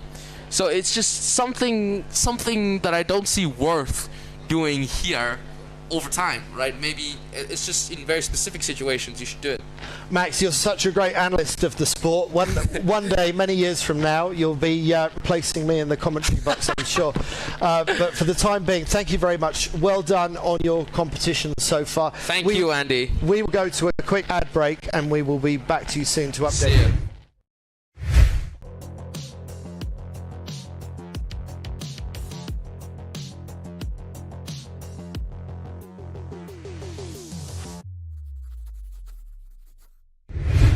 That's all.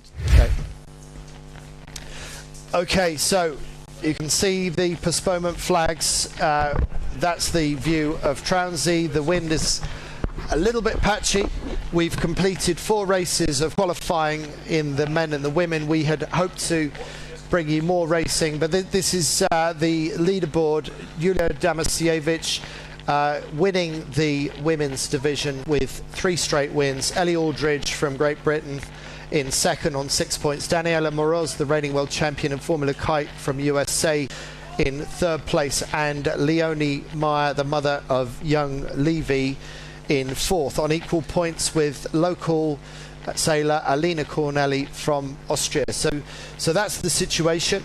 Now, guys, I hear that there are still protests going, but we have run out of time to have any more racing this afternoon. So the qualifying that we've seen and the points leaderboards that we've seen are going to be the final leaderboards for this regatta. We're not going to see the medal series, which is a real shame because it's a great way to conclude competition, but we've run out of wind and we've run out of time. So we are going to wrap it up very shortly, but Lorenzo Boschetti, I want to thank you very much for everything that you've done for us over the last few days. Great to have you with us and wish you a speedy recovery and see you back on the racetrack in Giuseria.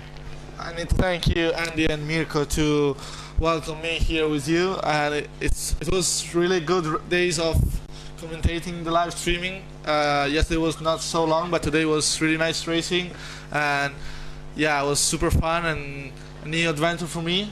So maybe for the future I can do something new, maybe I work for the future, or I don't know. Let's see how it's gonna be the life. You've got a great future ahead of you, but I hope that over the next 10 years it's still going to be riding on the board. Mirko? He's the number one of the ranking. He doesn't have to think about how we do. Exactly, but any time you want to take a break from your main game, you're welcome to join us. Mirko, it's been an interesting competition, not a classic, but the right people have won, haven't they? Yes, exactly. The good people and the one that they did less mistake, at the end of the day, they are in the top of the podium. So again, the best are always showing that they are the best and they deserve it to win the race. The conditions here in Tromsø are amazing. Let's say the place is amazing, the lake is amazing, the setup perfect. Just a little bit not 100% lucky period here, lucky days, but at the end of the day we got the 4 races in our pocket, and that was the minimum. Well, we put as much money in the money meter as we could for the wind to crank into action on Tromsø today, and it gave us enough to get 4 qualifying races completed. That means that we have a winner in the men, winner of 3 out of 4 races, Martin Dolenc from Croatia, winner out of 3 out of 4 races in the women, Julia Damasiewicz from Poland. Clear winners in the men and the women. We want to thank Upper Austria and all the other sponsors for helping make KiteFoil World Series Tromsø happen. From Lorenzo Boschetti, from Mirko Babini, and from me, Andy Rice, thank you very much for watching, and we will see you in just under a month's time in Giuseria. Have a great summer, enjoy the rest of June and July, and we will see you later on next month in Giuseria. See you then. See you. Wir sind auf der Suche nach dem Echten, dem Kostbaren, nach Menschen, die ihr Handwerk pflegen, weil sie es mit Herz und Händen lieben und dabei Neues entstehen lassen. Wir suchen den Ort, wo die Natur den Geschmack für Küche und Keller reifen lässt. Wo die Menschen das Schmecken zum Erlebnis machen und hungrig sind auf echte Begegnungen. Wir begegnen den Menschen und finden das Echte in Oberösterreich.